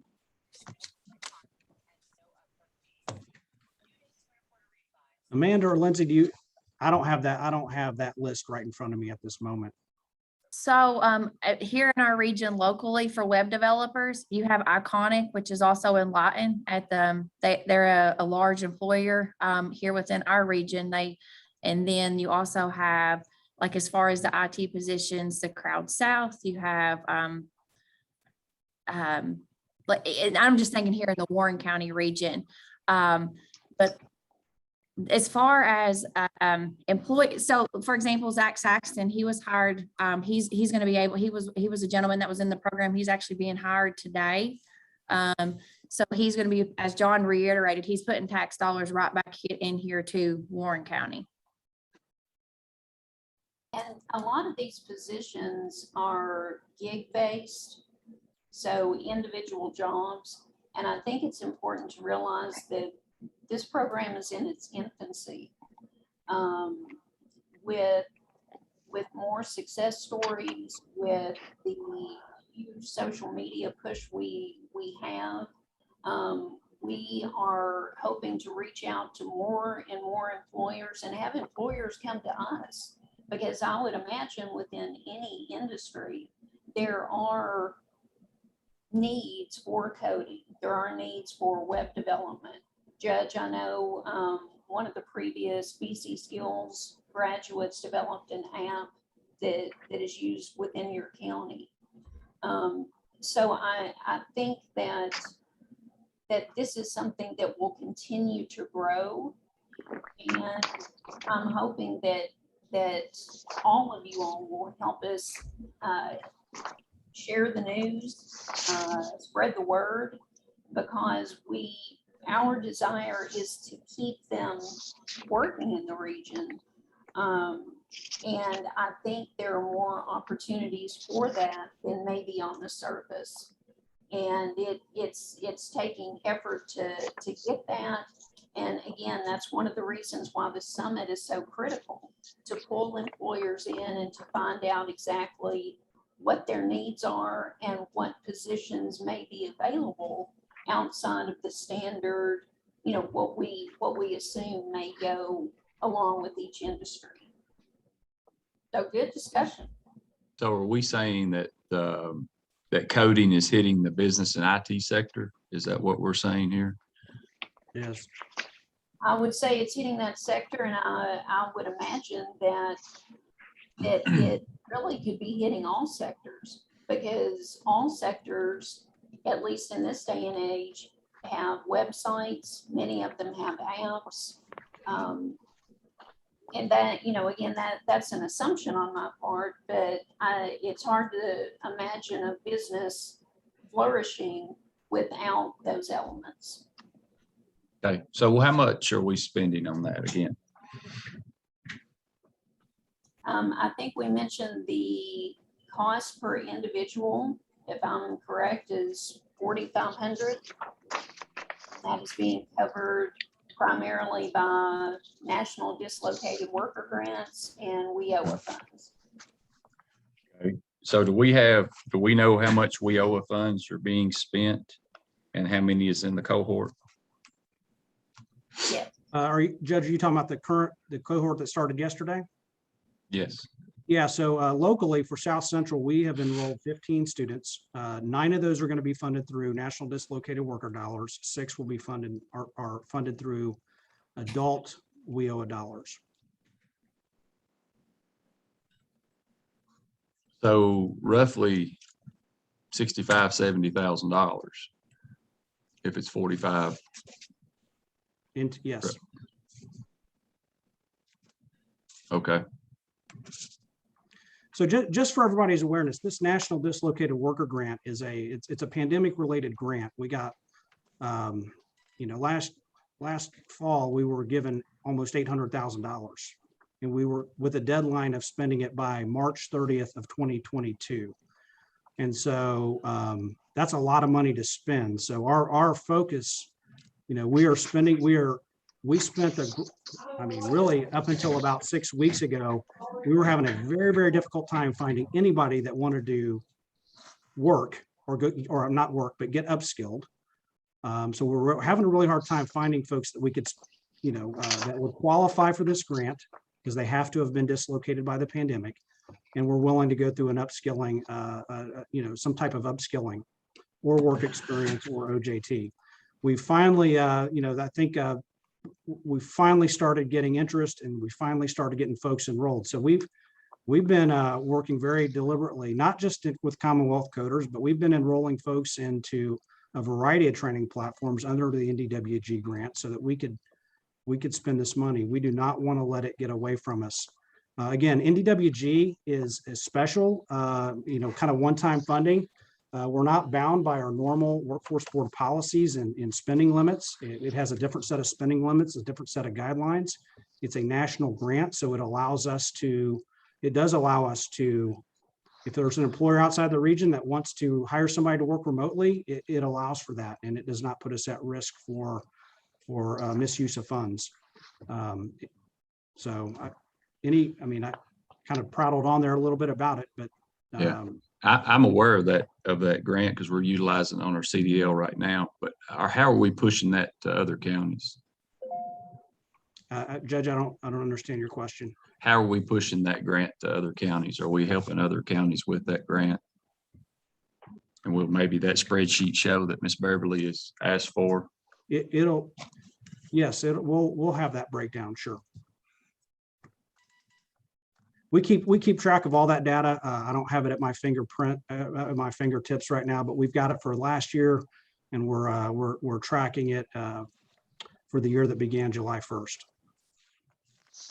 So as of today, what's today? August 12th. I can't say that we've enrolled somebody from every county under NDWG, but we've got a good start on it. Again, we really just kind of got to spending this money and obligating it really about 6 to 8 weeks ago. So we're, I don't know, Jessica, are you on there? How many folks do we have enrolled under NDWG as of today? Can you look that up real quick? While Jessica's looking, again, we have talked about a lot of different kinds of programming, events. What else might you have questions about or thoughts on?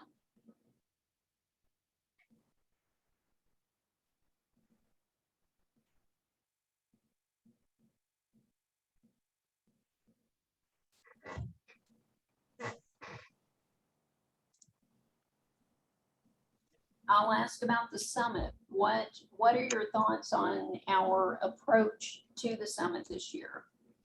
Not so much the location, but more the type of focus and information and I guess the type of type of summit we will be hosting.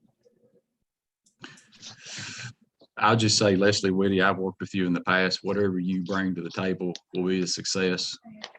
You know. Well, thank you. I'll slip you that Yeah. $5 Venmo. No. No. Yeah. Leslie, I have those numbers now. I have 44 total enrollment with the National Dislocated Worker Grant. You break those down by county, please. It'll take me a minute, but I can. That will definitely be represented in the report by county. Because I only have 2 in Barron County, so I'm just curious of what the other counties look like.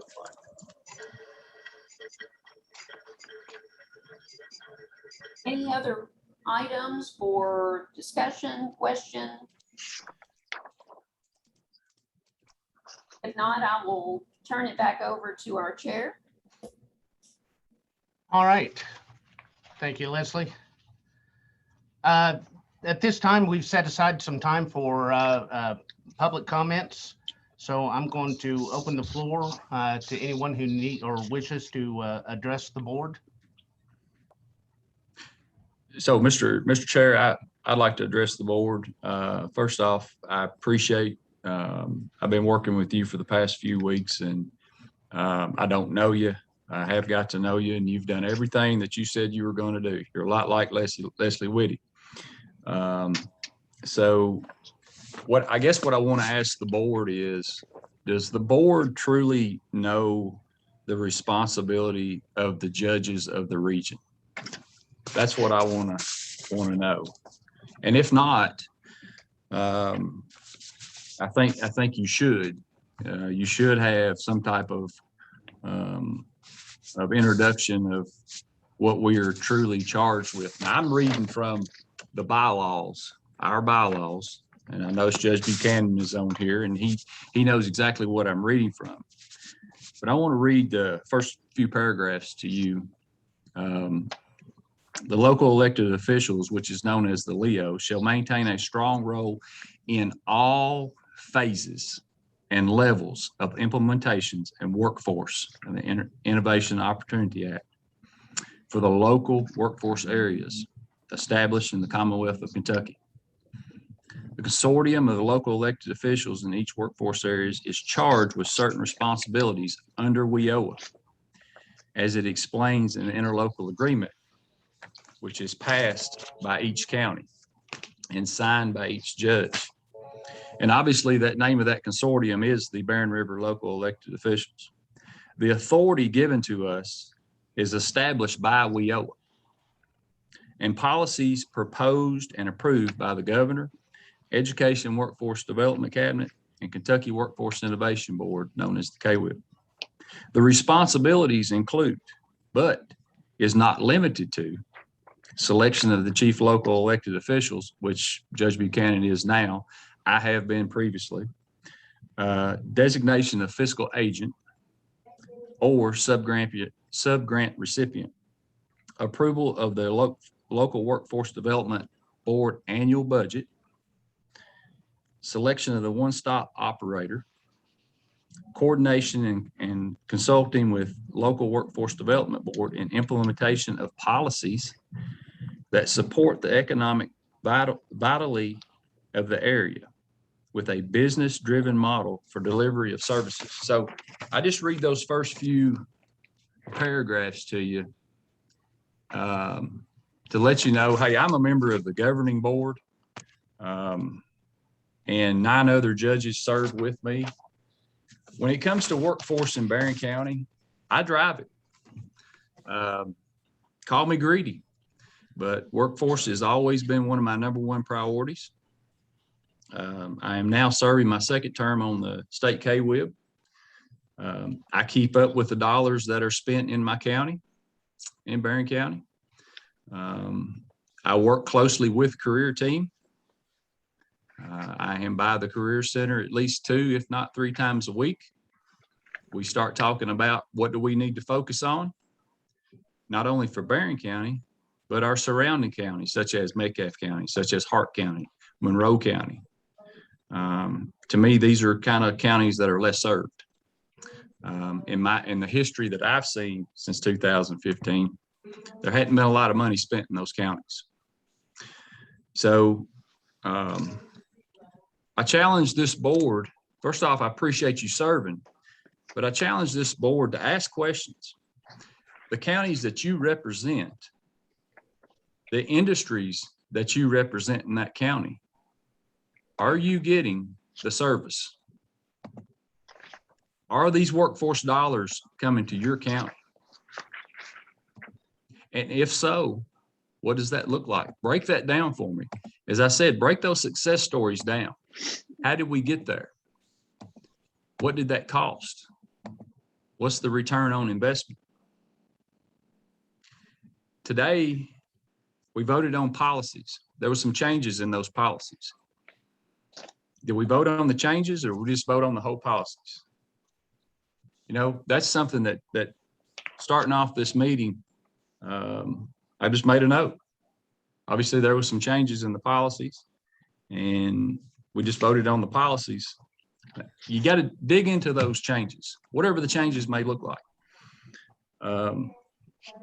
You know, this board, when I was elected the chairman of the judges in 2015, served for a year, we had to revamp this board.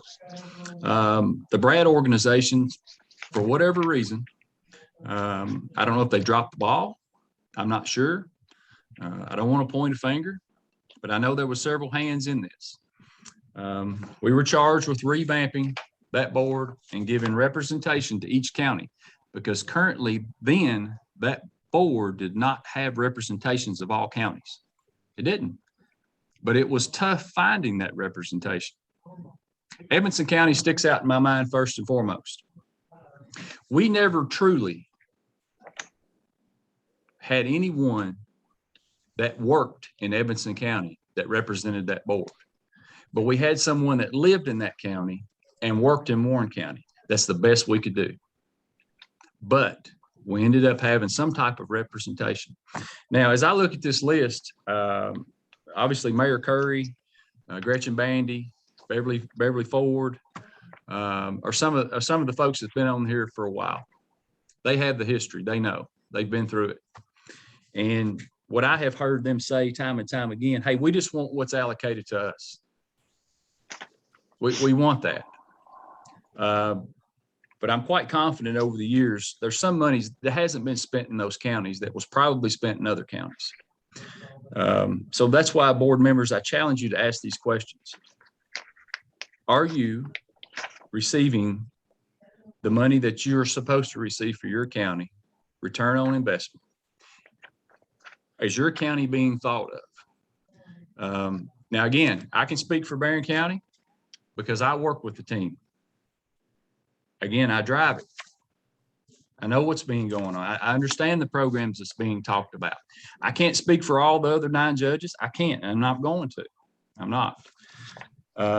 But what I have seen in the last little bit, obviously when Robert Boone come in, he did an amazing job. He moved some mountains. He got this where it needed to be, in my opinion. And I appreciate the job he did. Ron Sal did. Ron Sal did an amazing job. I hate to see those 2 guys go. I really did. So when I look at the makeup today, and again, I communicate. I talk to the employees. I do. One thing you always understand about me, I'm going to let you know before I ever do it. Currently, we do not have a one-stop operator, correct? Did that person resign? They did last week. Okay, currently we're short 2 career team members. Yes, yes, sir. Yeah, so I didn't see any turnover previously. And the reason why I'm saying all this, I'm a member of the governing board. The misuse of any funds or the misuse of anything, that responsibility comes back to me as a member of the governing board. So your actions, we have to pay for. So as board members, that's why I need you to be asking questions. I challenge you to ask these questions. We have a great region that we live in. There's no doubt about it. Warren County is the alpha of the state of Kentucky. I mean, I don't care how you shape it. They are the alpha. But I'm kind of like Mayor Curry. All I want is what's coming to us. That's it. That's all I ask for. So when I speak to the employees today of the career team, representatives of the workforce board, I see a little fear in them. I noticed some fear. There was a couple of folks that were doing really good work, and they're no longer with the organizations. I won't mention any names, but I noticed the employees now, they're a little bit fearful for their job. That's not right. They shouldn't be that way. They should be the point of contact. I look at them as the boots on the ground. And I'm not sure what's going on, if there's something internally. I can't see anyone walking away from positions that is in the business of helping people. And oh, by the way, you're being paid to help people. I just can't see that. I just cannot see that. Those two things just don't go together in my world. And yes, I had to question some things today. The immediate need, because we always talk about the sectors, and are we meeting the immediate need for those sectors? I hope we are. I'm going to continue to utilize what grants come my way. A lot of times you may not like what I have to say, but I'm going to be really honest with you. In the last 30 days, we've had at least 3 economic development announcements. There was no representation there from this board. When we make an economic development announcement, workforce is number 1. There should be someone there to answer those questions. We just started our 3rd industrial park, 4th industrial park. The announcement over at Metcalfe County, the announcement in Hart County. Those are some of the things that lead me to ask these questions. Where's the representation? There's always been representation. I hope this changes. I really do. I really do. Because I'm a little bit frustrated with it right now. I am. I saw what the career team done during the pandemic when our LSC communications shut down. We were there at 6 o'clock in the morning. When I say we, I was there with them. 6 o'clock in the morning, 9 o'clock at night. We touched every employee there. Every employee. So I hope it gets better. I'm not sure what the answer is. I'll continue to ask questions. I'm going to talk to the judges the next time Judge Buchanan calls a meeting. And maybe they have some answers. I'm not sure, but right now I'm a little frustrated. In my conversations with some other judges, they're a little frustrated too. So I know in this interlocal agreement, counties can pull out of the region. They can. I'm not sure what that would do to your workforce dollars. I have a feeling what it would do. I know Metcalfe County, part of it is in the Cumberlands. So, we hope it gets better. We really do. Other than that, Mr. Chairman, I greatly appreciate the opportunity. Anyone has any questions for me, I'll be more than happy to answer. Other than that, everyone have a good day. Judge, we appreciate you addressing the board. I think you've given us some things to think about. I think we do need to be concerned about what we're doing and how we're doing it. So I appreciate your thoughts.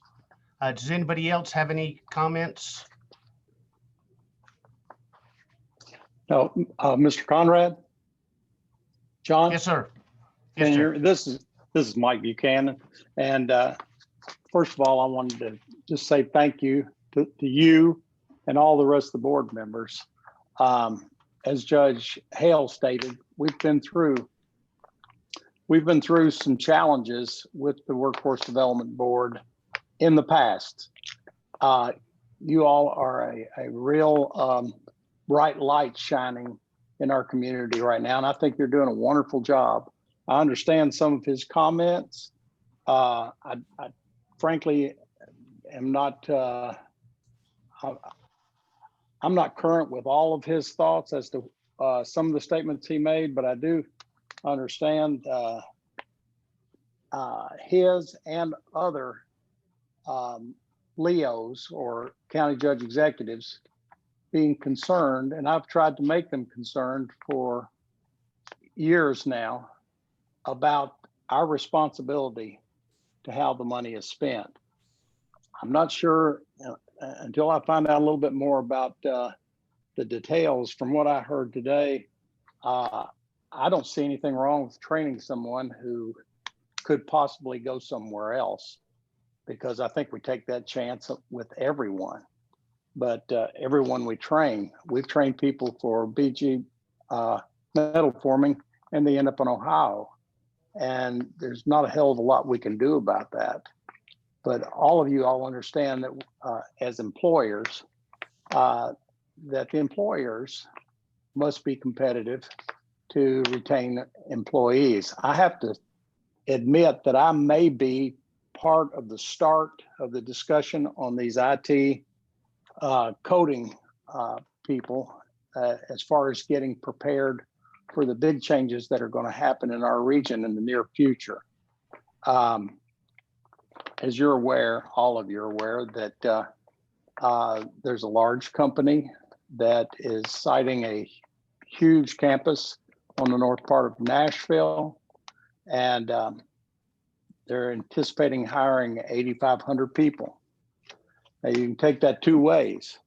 You can say, oh my God, there's going to be 85 people that are going to drain our IT talent in this region, or that is a hell of an opportunity for us to latch on and take advantage of the IT and coding people who are going to be entering this region. I prefer to take it the other way, because I believe that we can capitalize on what's happening in Nashville.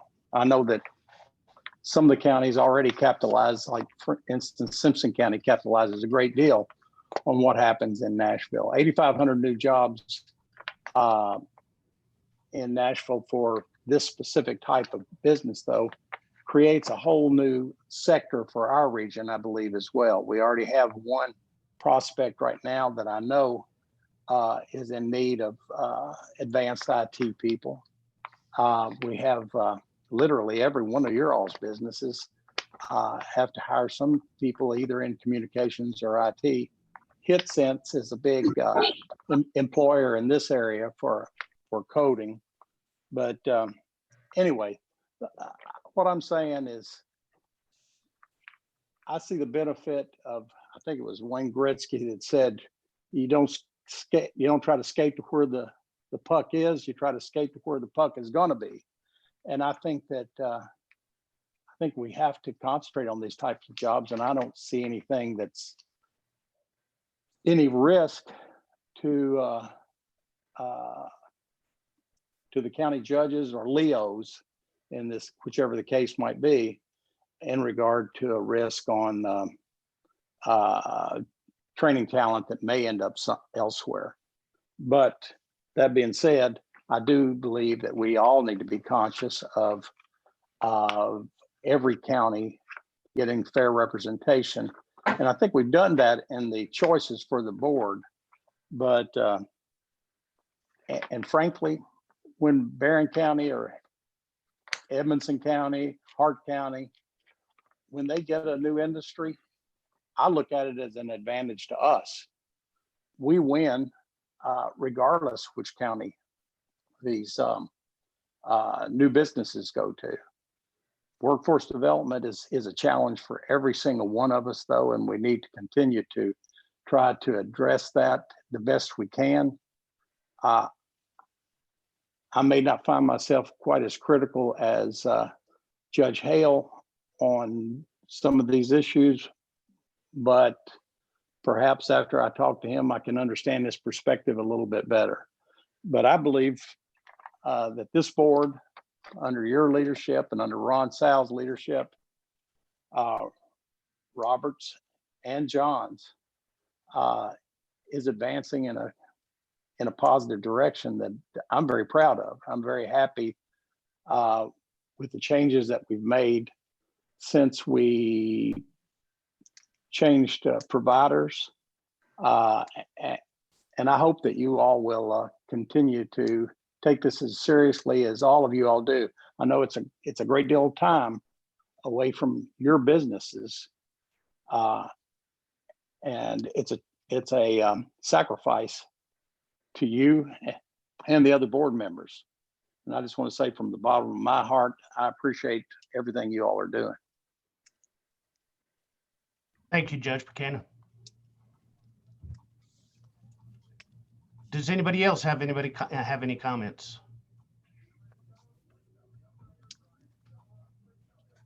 If I could just very briefly, Mr. Chairman,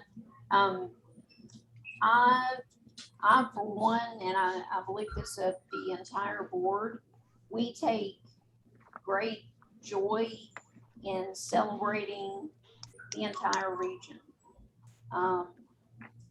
Anything that you all have going on, let us know. We have requested to be on every chamber email list. I'm still not getting a lot of that. But, you know, if there's something happening in your county, reach out to me. Part of my job is showcasing, look what we have going on in this region. And I just wanted to throw that out there. I will type my email address in the comments. And, you know, I love showing off what every single county is doing. So if I can be of help attending an event, getting photos, then, you know, say the word. But I'll type my email in the chat. Thank you, Leslie. I just want to thank everybody for attending. Thank everybody. Like I said, I appreciate you being here. Being able to make quorum so easily is so important. I think it is valid that we take a look at what we do. We are doing an important work. I think we need to take it seriously. And it is a fair comment to say that we need to look at how we're doing things and make sure that we're doing it right and make sure we're representing all the needs of all the counties. So I appreciate the comments of Judge Hale and Judge Buchanan. If nobody else has any comments, I want to remind you that our next meeting is on October 14th at 8:30. Hopefully, things will have calmed down concerning the COVID virus, and we'll be able to do a hybrid meeting so that some of us will be able to meet face to face, and I look forward to doing that with you guys. So with that, I move that we adjourn this meeting. And again, everybody have a good day. Thank you. Thank you so much. Everybody. Thank you. Have a nice day.